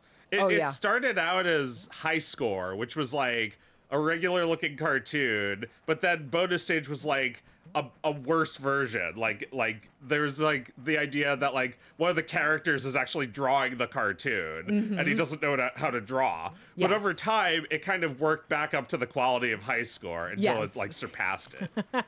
Yes. It really like it has that kind of like we're building a greater and greater show brick by brick energy that it felt like Clerks had in the early 2000s, but like that show got immediately canceled. But it felt like, you know, if it had kept going, you would get something like Bonus Stage. Well, I was thinking that exact same thing about Octopus Pie with Mission Hill. It's like you and Matt were doing the jobs of big companies who stupidly canceled these great cartoons.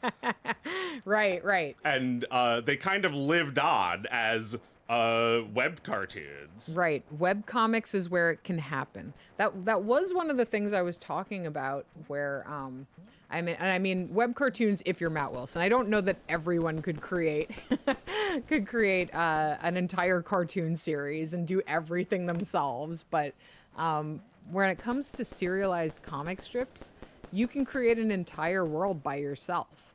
And it's pretty special to be able to do that. It's something that you don't need to wait for the permission of a TV network to do, you know?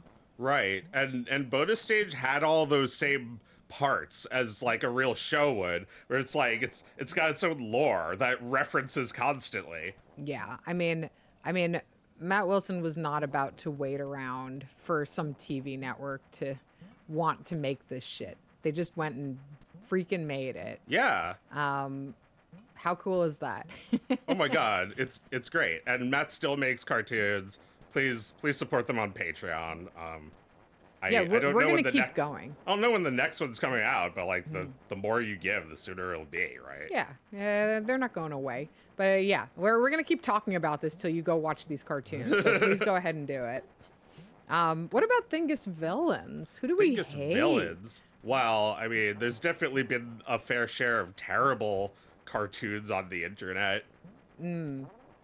Are those people villains? The people who made them? Yeah, I don't know. It depends, cause like there's cartoons on the internet like that I don't particularly care about, like Foamy the Squirrel, that have also been around for generations. Yeah, and I kind of love that about Foamy the Squirrel. It's still going.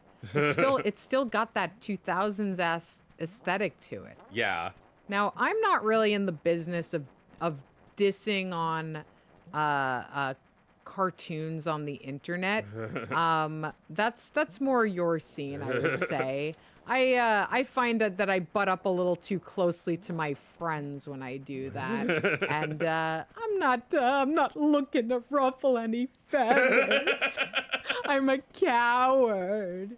I'm a coward, unlike you, who's brave and wants to let all these animators know that they're not anything special. They ain't shit. You suck. Oh, look. Oh, cute. Oh, so Oh my god. cute. This game is really like up my alley. Like I really love just like realistic animals. Oh, beautiful, but like realistic, like pixel art. Yeah, it looks awesome. Oh, Well, this might be a good stopping point. okay. Yeah. I'll play a little kitty, a little kitty in a big city. So this game is like, as you may be able to guess, a little cloney of I think it's Oscar's Files. I'm not gonna. Toadette. Yeah, I'm not gonna play Oscar's game. I'm just gonna start a new game so you can see the intro. Here's your pizza. I have to take a photo of it. Oh, Tatsuya Ishida. Oh man. Okay. Yeah, we talked about him, right? I think we have talked about him. Yeah, he's an evergreen, as you say. let's see. Do I want to start? Maybe I don't want to. I don't want to take away Oscar's glory. He's working on something there. I'll just play this so people can see the game from the beginning. It's got a really cute little intro. Oh, cat. But as you may be able to guess, this game's a little like Untitled Goose Game. You're just a surprisingly realistic 3D kitten, and you wander through the city creating adorable mischief. Oh, yeah, that sounds good. Yeah, Sounds like an Oscar game. yeah, it's exactly like what's funnier to a 6-year-old than getting in people's way and knocking things over and getting away with it. Aw. Cute. And like, it's a black cat, so people probably like have this idea about you before you even cause any mischief. Oh. Oh no. Yeah, that you're bad luck. He's got like a little, yeah, he's all black except he's got like a little X on his back. Oh, cute.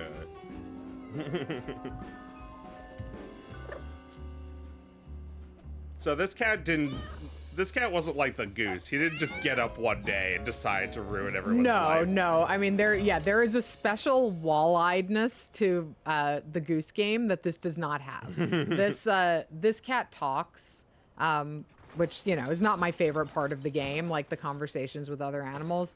I find that that's kind of just like boring video game stuff. Yeah. But you get right into it, and it's fun. It's cute. Oh, this cat. So the barriers are water. You cannot cross water, which is really adorable. But you can run, you can sneak, and you can do like little targeted jumps that are really fun. So like, let's see. Hold on. I'm glad that you can just do everything before the tutorial tells you how. Yeah, you want that. You want that. Yeah, you want to just get in there and try it out. And, you know, you can pick things up. Especially in a game where you're an animal. Like, Yeah. I'm an animal. I can't read. No, reading is boring. Reading is boring. I'll take that little drop and pick up notice, but other than that, I don't need to read a whole bunch of stuff. No, that's just like sort of context sensitive controls. Oh, it's so cute. So cute. All right. I think there's not much I can do because they want me to talk to the crow.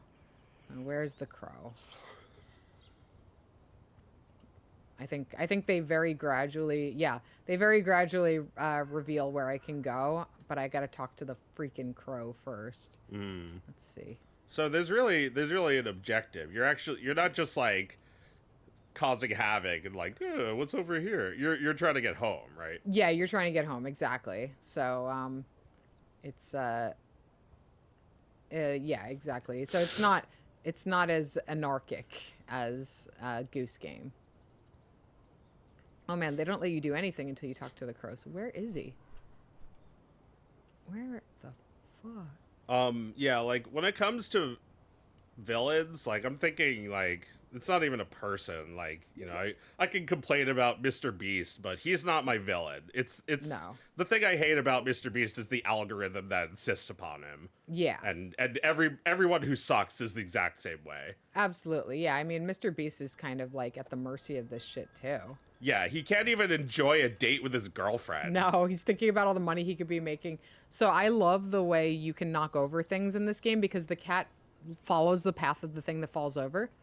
Oh. He like looks at it, which is like very. I just think that looks. Watches it fall. He enjoys it. Yeah, exactly. that giant potted plant like falls over so easily. So easily, yes. Let's see if I can make it. Oh. Oh, there's my man. All right. Yeah. He just, you know, kind of tells you. Okay, I actually love the voices. That's great. I thought you meant they're gonna speak. No. Thankfully, no. They're just like caw. That's adorable. Yeah, exactly. Purrs at it. Exactly. It's what you want. No, I just mean, the dialogue is just like, okay, whatever. But they were merciful. They let you mash through it. It's true. I mashed really fast through that. Yeah. So, all right, I'm gonna be an artist. Not nice. All right, well, I'm still going to knock your paints over, motherfucker. And draw all over. Yeah. He likes it. Yeah, let me paint, man. Let me paint. See, this is like the TV networks. You're just like, yeah, no shit, it's interesting. Check it out. Yeah, I'm making cooler things than any of you motherfuckers. Yeah, you weren't even trying like they all are. Yep, just became an artist without even trying. Well, I do find myself to be a little bit like critical of other artists in my art. Yeah. And maybe it's because of Bonus Stage, just like constantly doing that. And Right. It's like so funny. Well, yeah, right, because bonus stage is like, it's a little inside animation, right? Oh, right. So a lot of the time, there are objects blocking crawl throughs, and then you like move them aside. And look at this cute animation of the cat going under. Cute. Oh yeah, they really studied cats for this. Yeah. Hey. You can see how Oscar has been begging to play this game lately. Hey. There are so many little fiddly things you can do. Yeah, you just like, there's a lot of just like pointless little things you can do. And then what the crow wants you to do is pick up shinies. Okay. So, I'm looking for shiny I want objects. the shiny. Yeah, I want Give the me shiny. Give me the shiny. Give me the Gundus. He wants the Gundus. Give him the Gundus. The dog is negotiating with the feds. I want the Gundus. I want the Mundus. Yeah, the precision jumps are really fun. Like you hold down the jump and then you just go where the paws go. Oh, I don't know why I did that, but yeah, it's cute. It's Lou. It's Lou. Oh, right. Eventually you get to do warp stages.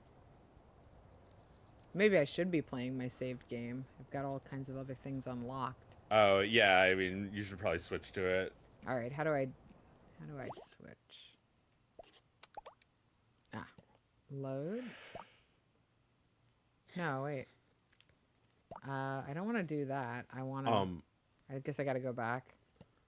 So are there any games that you're looking forward to? How do I do It's like I just found out about Animal Well like a week ago, and Right. it was like, well, And now suddenly yeah.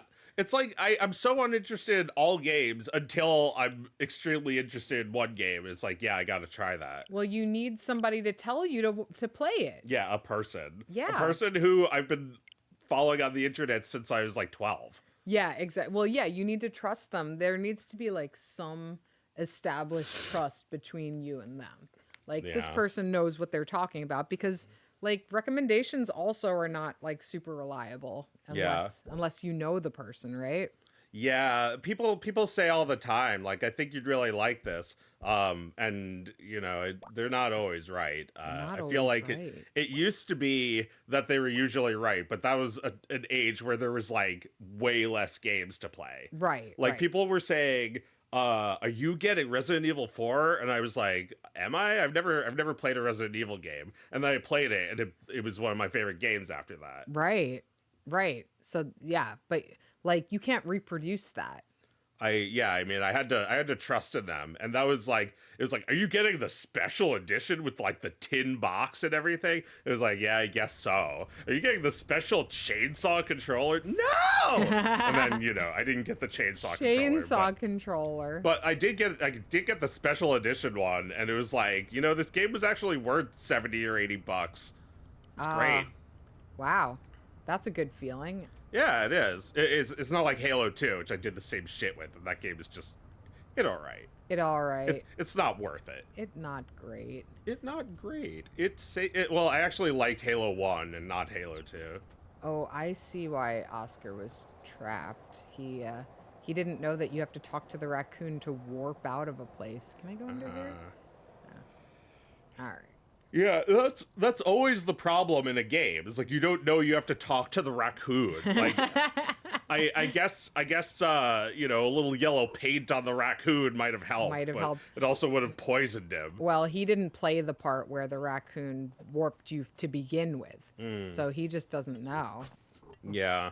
How do I get past all this crap? Yeah, it's one of those things that you just have to know from like playing games for 30 years. Yes, exactly. There's a language to it that I don't understand because I didn't play video games for a long time and only recently have become interested in them again. Yeah.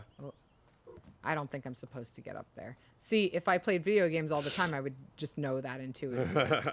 You'd know how to raid someone. Yeah, I do not know how to raid somebody. I mean, I told you how to raid, and I've also told you how to raid before. So, like, what is still hard about it? I think the harder part is picking someone to raid. Yeah, I don't know who my friends are. I actually, well, I do know, but I don't have enough friends on Twitch that I know who's streaming while I'm streaming. Right. I mean, you don't have to if you can see who's streaming, right? What? I guess you don't watch a lot of Twitch. No, I really don't. So you have to be following people. Oh, I found the chameleon. I mean, I'm probably not following enough people to raid anybody I like. Right, Thingus never raids anybody. No, we haven't raided anybody before. No. But our viewers are so great. Alright, I'm just gonna see if there's anything else around here before I crawl.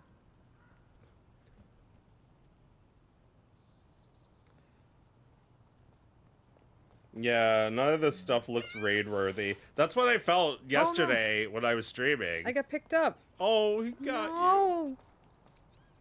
Let me go. Let me Oh, wait, go. isn't this what you want? He took you across the puddle. Oh, true. Struggle.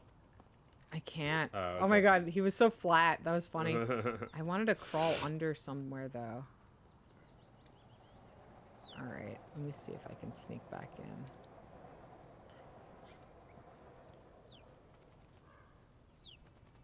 Alright, I'll go under here. And then he'll never notice. But yeah, this morning I raided you. Yeah, I know. That was fun. Yeah, that was yesterday. Yesterday, yeah. Oh, a bone. There is a dog I'm trying to get rid of. That's so cute, the way he's holding it.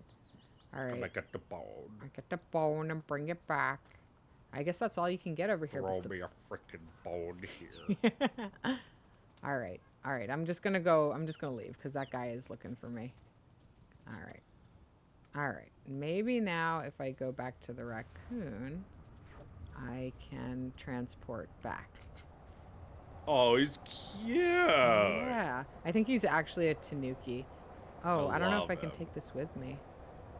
I think I have to drop it to talk to him. How do I... Drop it over here and see if I can talk to him. Yeah. Wait. What did I say? Oh, he won't even let me warp back. Okay. Alright, well, I guess I'll have to find another way.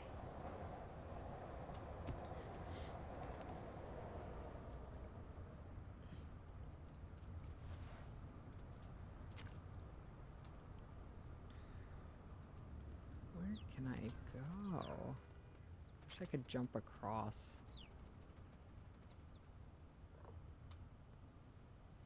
I need to use this bone.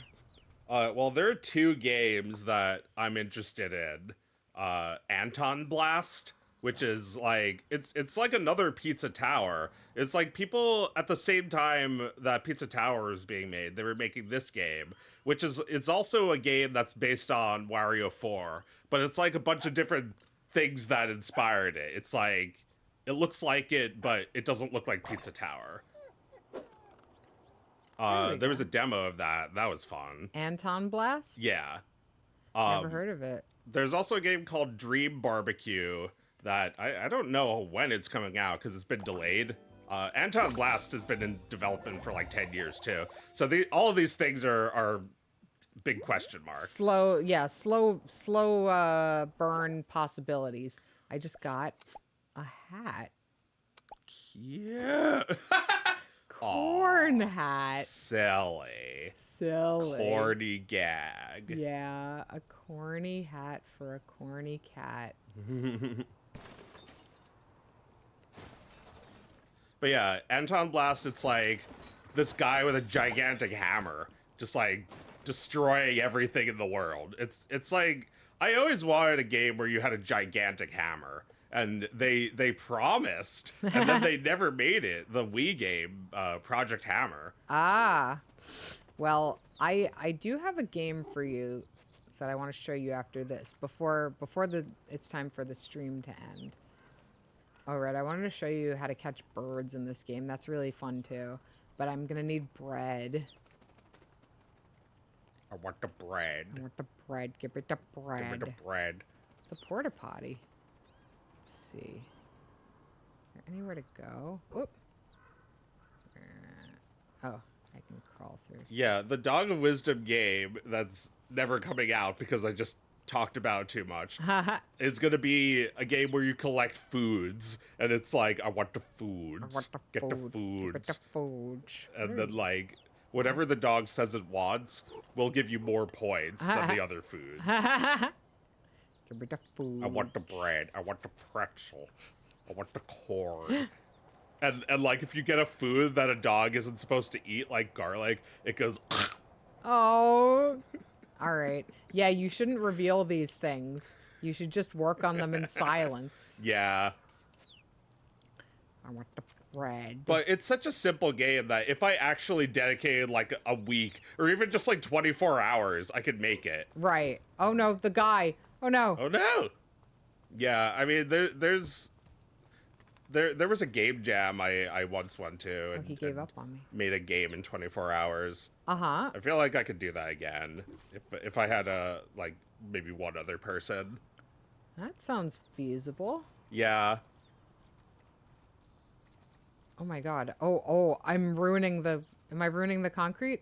Cute. Cute. Cute. I But ruined luckily it. you're a cat and it doesn't affect you. Yeah, it doesn't affect me at all. It has nothing to do with me. And the guy didn't notice me doing it. Not yet. No, not yet. He might kill me when he finds out what I've done. I mean, Oh, a bird. if he Or- kills you and gets he like chases you and you run through it again, he's got to have even more to clean up. That's true. Oh, I'm talking like a cute little Oh, bug. yeah.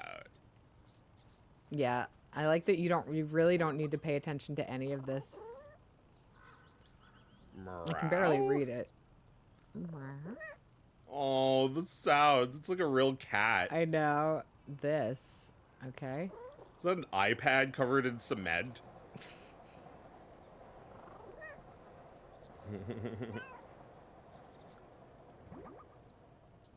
Yeah. I don't find this stuff funny. Sorry, guys. It's way too much. Yeah. It's cute. But luckily it doesn't get that much in the way. You can just go through it. Yeah.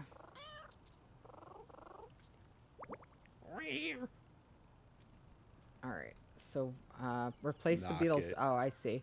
Oh, okay. So I just need to steal a phone from a human. That's easy enough. All right. There was a video I was watching about this like tourist attraction where like you could see the monkeys, and the monkeys would steal your phone because they knew it was worth something to you. That's so funny. And the monkeys are like, you gotta pay the toll. Oh, I It's just like, dropped so many all right, shinies. Shiny, like- shiny, shiny. take. It's like, all right, here, have a banana. And the monkey's like, nope, you gotta do better. And it's like, all right, here's a sandwich. And the monkey drops the phone and takes the sandwich. Oh my god, that's so funny. Good shit. Wow, They're monkeys are so evolving. smart. They're so smart. Yeah, they're evolving with technology just like us. I heard that monkeys, like certain monkeys can, they understand if they're being ripped off. Like if you give a greater reward to one monkey, for the same trade, Oh my god. the other monkey gets pissed off. Oh no. Yeah, they get it. They get it. Yeah, they're much closer to us than we realize. They're smart. They get when it's a very bad deal. Sorry, Heidi. Not good. Not good. Not a good deal. One banana. A whole bunch of bananas. All right. Do I even want to get over here? Ah, that went terribly. All right. I don't think there's even any reason to be over there. I got a lot of stuff. All right. I actually feel like I've properly demonstrated this game. Would you like Yeah. to try any? Yeah. Cute. Cute. Cat. Alright. Dog of Wisdom could be the successor to Star Fox. Well, yeah, that was the kind of game I was imagining originally. But Like you see their little face in the corner. Ha! yeah, I Stay in was thinking of it. formation.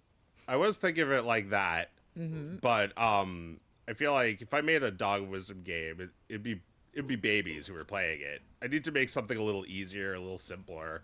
Like people are going to be using 1% of their brain for this game. Okay. Oh, then I'm very excited to show you the game that I'm about to show you after Okay. this. Cool. What's it called, or is that a surprise? It's called... I'm blanking. I'm blanking. It's like Lummy Lummy. Something Uh-huh. like that. Lum Lum? Might be. I forget. No, I forget. Let me look at my purchase history. Find it. Lun, I believe.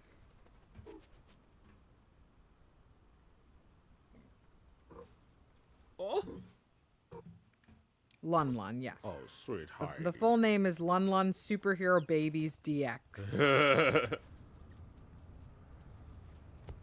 Oh, have we been raided? Who's all this? Fletchified is raiding with a party of 4. Hello. Hi. Hello. Welcome to Thingus. Welcome to where we Thingus. talk about our villains. We talk about our villains. So Joe and I are siblings. I'm Meredith. No. And we're siblings. And we have a serious victimhood complex, as all gamers do. We're not even gamers, really. Joe's an animator, and I'm a game developer.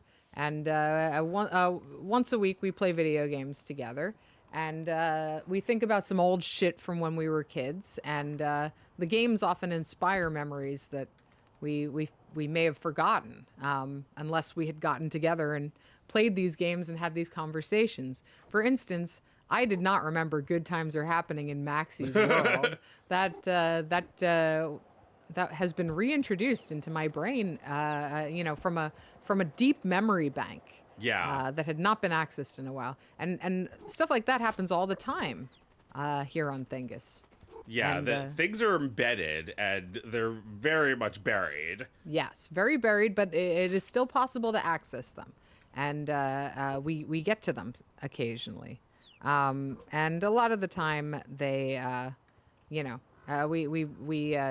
we play things, and our frustration breeds creativity, and our the repetitive nature of the songs breeds creativity, and we come up with a lot of things to laugh about and enjoy on this program.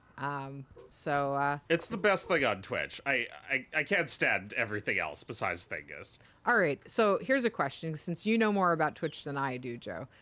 Is anybody else making what you would characterize as a show, or are they just going live? Yeah, I guess I wouldn't call anything a show. I think it's because like the people who make shows, they wanna edit it. Right. And we don't do that We don't know. because there's something witty about just like not. Yeah, I mean, well, yeah, when something is just off the dome, that's a special kind of humor.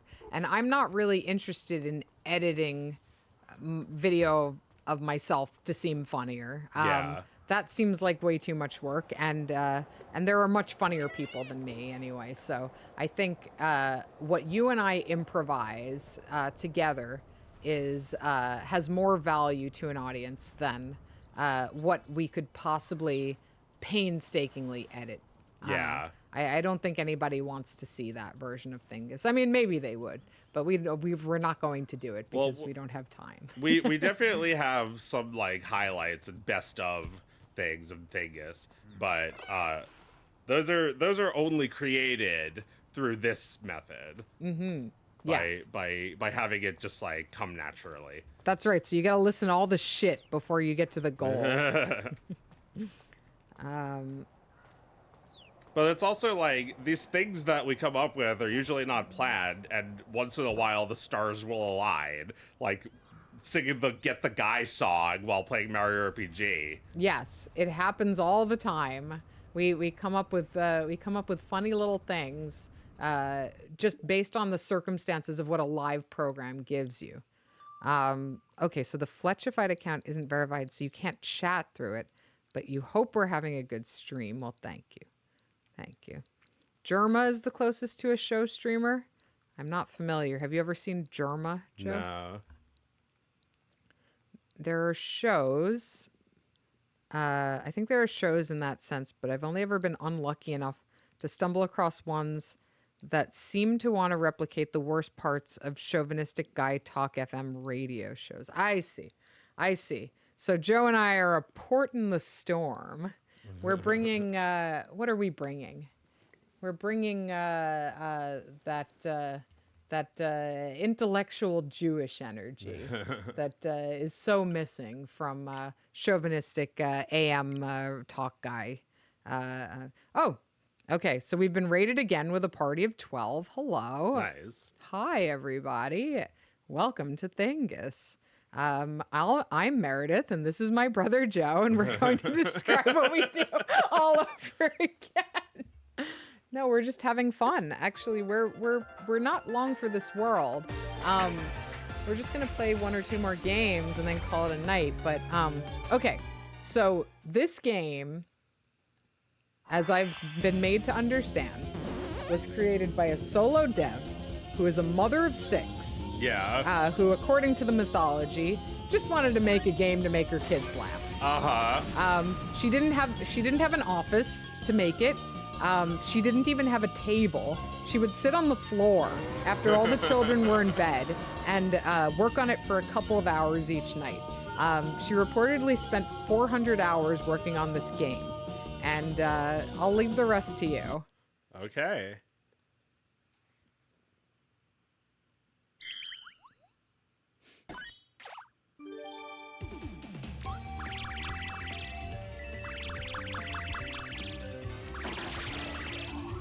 I mean, you've already got it. Like, you've already got it.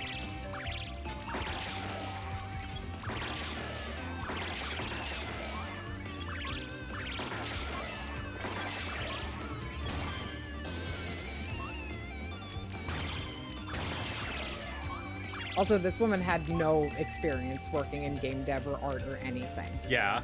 Yeah, just Wow. complete newcomer. Uh-huh.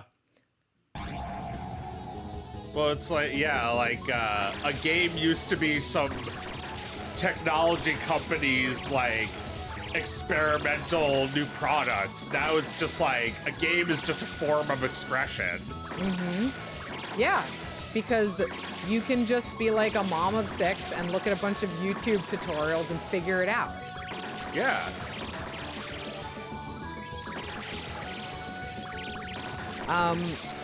Oh, you played the Station to Station demo. Oh, that's cool. Well, thank you. Thanks for playing. Hello from the Twisted Cafe. Uh-oh.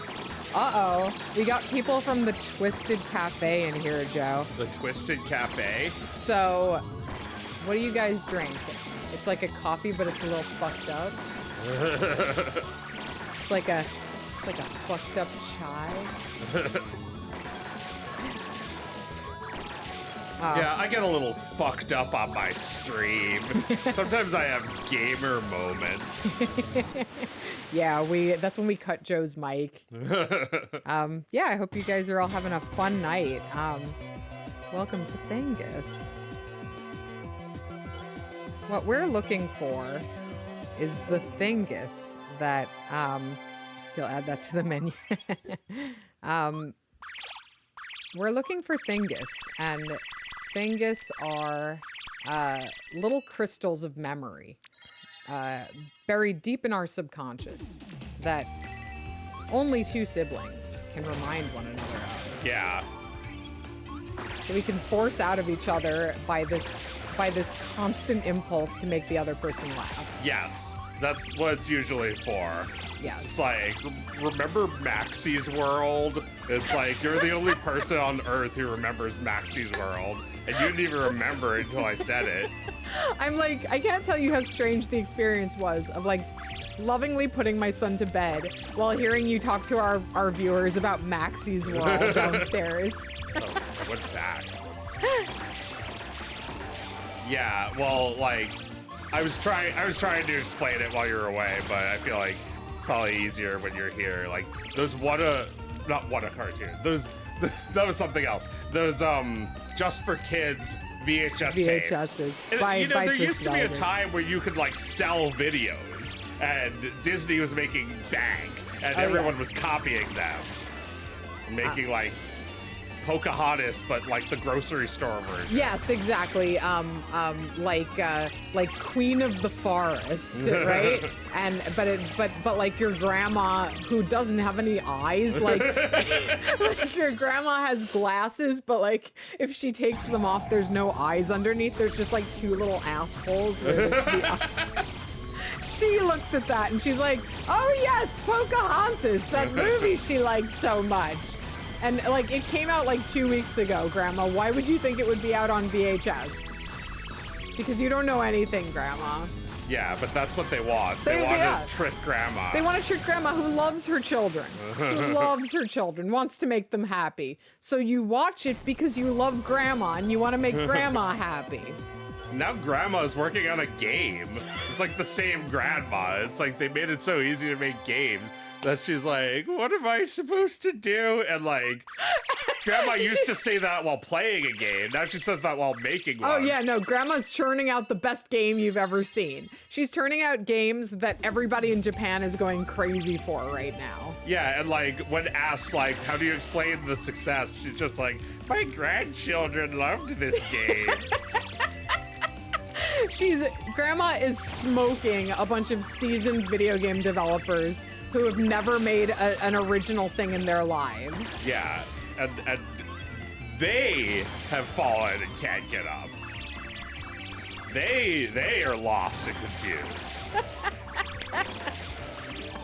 Grandma knows exactly what she's doing. Yeah, because all Grandma is doing is loving her grandchildren. Exactly. Out of love for her grandchildren, any sort of confused meandering ultimately produces something beautiful. Yeah. I mean, one of those Grandma Fooler videos was Kimba the White Lion, which is like Osamu Tezuka's version of what was ultimately plagiarized. Grandma won the lottery with that one. Yeah, right? Grandma, you were right. I should be watching Tezuka's cartoons instead of The Lion King. You had that one. Oh, man. Yeah, this game's fun. It's like, you can't be like, well, you're not a real game developer. No! This person is making them just as good. Yeah. This is like Kirby. It's the same thing. Yeah, it's fun. Yeah, it's good. That's gigantic effects. Yeah, exactly. Like, you just zone out on this. Like, I turned it on last night and I just played through the entire game loop. Like, it's not very long. You can, if you succeed, like if you fail to beat the final boss, you get brought back to the start, and that's what I did, so I didn't beat it, but that would basically be how long it took you to beat it, was like how long I played. And it's just like intermixed with like little cutscenes about like the babies wondering how Lun Lun is doing, and Hello. you fight some bosses, and And there's like these spikes, which are crayons, which I just think is so cute. Lun Lun is so brave. Oh, Lou's back. Look who's here. All right, let's get rid of this empty can and just look at our cutie. Oh, Lou. Hello. I love this cat. I love this cat. She's like, it's too late to make this joke, but like, okay, pretend it's a couple of years ago when everybody was using squid ink and charcoal in their like trendy food recipes, and Lou is like a squid ink Cheeto. She's like orange and black. Aw, squid ink Cheeto. An artisanal Cheeto. Yes. She's a very good cat. So yeah, this lady for me is definitely a Thingus hero because, you know, I don't know how much the real story deviates from this mythology. I imagine that it's all true that she's a mother and that this is her first game. Who would lie about having children, like 6 children? Well, I mean, you know, all the stuff about how she didn't even have a table to work on and worked on the floor. It's just like, okay, well, I don't need that to be true. But the fact but that it probably is. It probably is, yeah. It's all very fun to think about. But yeah, just like using the time you have and the resources you have and the knowledge you have to make your mark. How special is that? Yeah. Not waiting around for anybody to approve or give you the money or or, you know, like, just do it. No, those people get so frustrated. They go online and they complain to big companies and tell them what to do, as if they know. As if they know. They don't know. They're run by different people all the time. Like, the person that you have a meeting with about developing your TV show is not going to be working there in 2 months. No makeup girl. No, there's no reason to have a meeting ever. No, it took me a long time to realize that. Take no meetings. If you go to LA, don't take any meetings. No, that's just a made-up job. Right, they're just entertaining you so that when later on some other company talks to you, you're like, but my friend at Nickelodeon. I briefly worked on a treatment for a pitch to make a sizzle reel so that we could send it to a better company to get a reply that says no. It's like, this is all bullshit work. Yeah. Take no meetings. She gamed uphill both ways, yes. It's like, was this lady going to try and commission some company to make her 6 kids for her? No, she developed them. Yeah, she made them herself. You're right. And they're exactly as they should be. Yeah. No interference. Also, like, this is a game about babies from someone who actually knows the first thing about them. Exactly. It's not just like, yeah, what if the Muppets were babies? Right. Do you think a single person who worked on Muppet Babies had children? Yeah. I think that's probably why they made it, because they were thinking about babies a lot. Yeah. Like, well, Baby Yoda feels like the stink of a parent, right? I mean, maybe. Muppet Babies, I think they made Muppet Babies because there was a short segment in the Muppets Take Manhattan with Muppet Babies in them, which amounts to the entire design of them, by the way. like they designed every one of those characters in that tiny little short within the movie. Yeah. And then they just made a cartoon of that. Yeah. Yeah, and I didn't even realize that until like 25 years later. Yeah, right. It's the first thing you see of the Muppet Babies. Ever know. I'll steal it. Well, one thing the Muppet Babies did do for me, I don't know if you remember, but there was an episode, and we had it on video, where the Muppet Babies find an old 8mm film camera, and they make cartoons with it. Oh, yeah. You remember I remember that. Yeah, and that was the first time that anybody or anything had ever signaled to me that you could make it yourself. A baby. Yeah.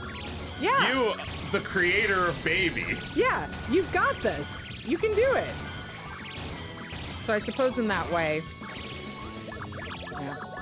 some shitty cartoon made me feel special. Oh, made me feel powerful for a moment. It does happen. It does hapen.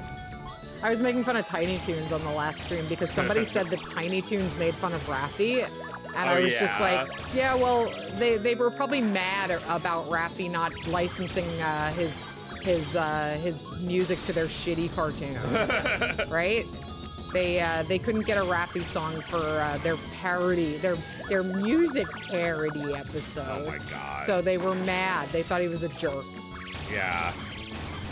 That's stupid. I mean, Tiny Toons is a shitty cartoon. Muppet Babies is better, I think. Yeah, I think so.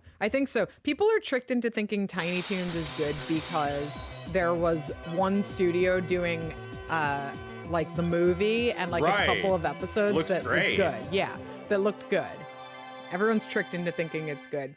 Go back and watch those ones that Kennedy Animation worked on. Oh my god. And, there's like 20 different studios that worked on that show. Yeah, but the one that was most consistently awful, I think, was Kennedy. Yeah, you can see it. You can see it immediately that it's them. Yeah, when they do like a character who looks confused and he kind of stands there like, right?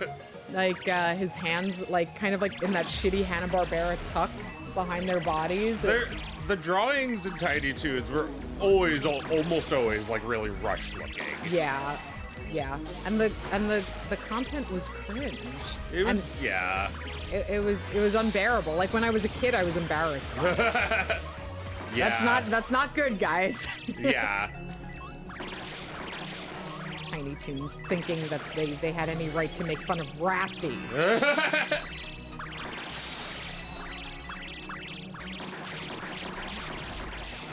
It's like, this game is about babies, it's for babies.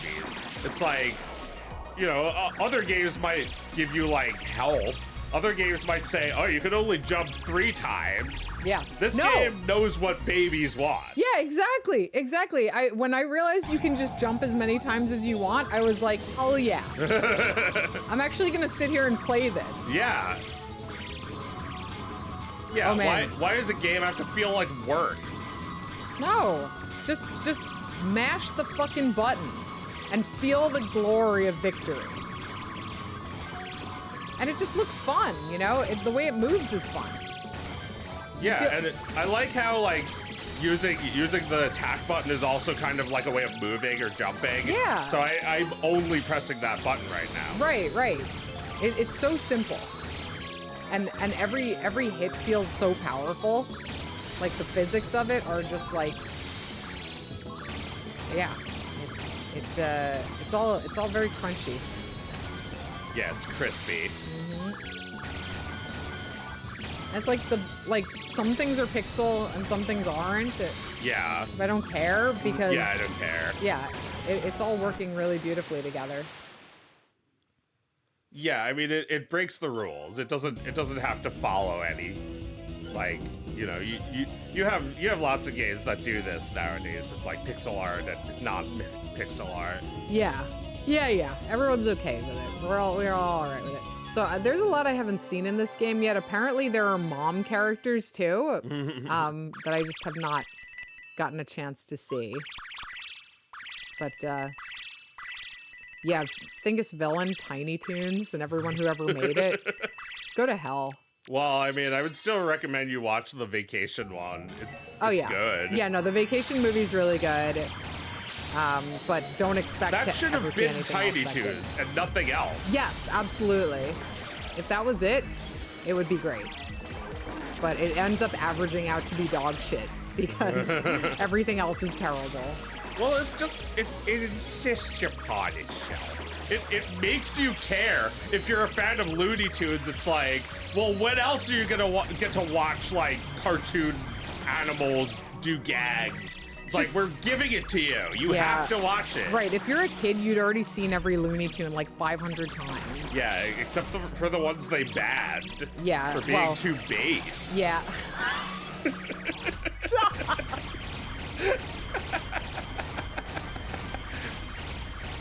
Well, I suppose it's about time to cut Joe's mic. Thingus villain, Joe. All right, we only got a couple more minutes here. What? Anything else? Anything else we want to talk about real quick? Any you have to think it's goods of this week? Lately, let's see. What do we think, guys? Any you have to think it's goods that have crossed our path this week? Let me look. See what I have written down in my notes. The Iron Claw. Now, what's that? I'm gonna need some help here. I'm just gonna like search this, and something is gonna talk to me. Something is gonna scream up. It'll talk at you. The Iron Claw? You mean the band? The sports drama? A movie about a family of wrestlers that all died. Oh. You have to think it's good. Sounds like you have to think it's good a little, yeah. Yeah. Okay, so is it not all it's cracked up to be then?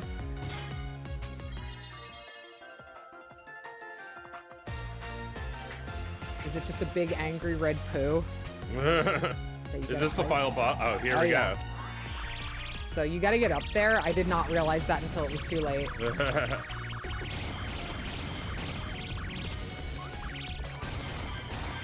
Oh. Ah. Hit him with all you got.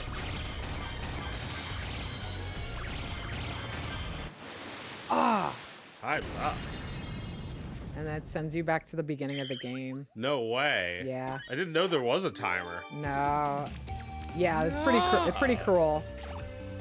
This is your mom making a game, so you're gonna get a little of that. Yeah. Mom says no. Mom says go. Mom says try this thing without fully knowing what it is. And you know what? You failed this time, honey, but try again. I love you. I want to play Mario. Basically, the rest of the okay, so it's a real story. It was too sad, so they cut out an entire brother from the movie. No! And basically, the rest of the movie is people dying and other people being sad about dying. It would have been better as a mini-series. Okay, I see. Yeah, no, that sounds like it sucks. But did people are insisting upon this movie? That does sound kind of bad. Sounds kind of bad. People loved it, yeah. That sounds like something I would hate, yeah. Where it's just like the whole thing is tempered by the sadness that they died. Yeah. Yeah, no, thank you. People love it because it's sad. Shut up, you We psychos. love it because it's sad. But it doesn't go far enough. It seems like they neutered it. They cut out a huge guy who died. Right. So they cut out an entire guy who died, and it was still debilitatingly sad. And you still have to think it's good. Like, did they think that would make it less good of a movie? If they had the other guy, I suppose we're gonna have to look into this. This is intriguing. Yeah. We're not gonna watch it, but we're gonna find out everything We're about it. guessing why it's bad. Yeah, we're figuring it out on the fly.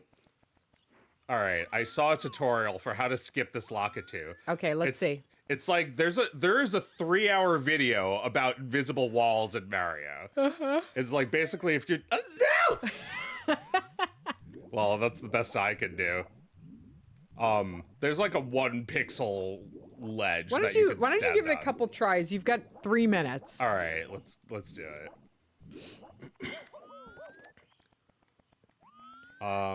Yeah. Anything else that we had to think was good? That sounds like a pretty compelling one. Unfortunately, we weren't familiar with it, but oh, okay. So there are other documentaries that cover the story better. No. Yeah.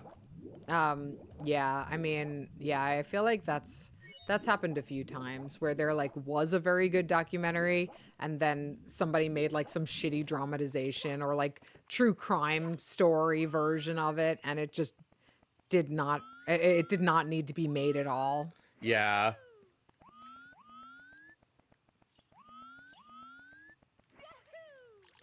I did it.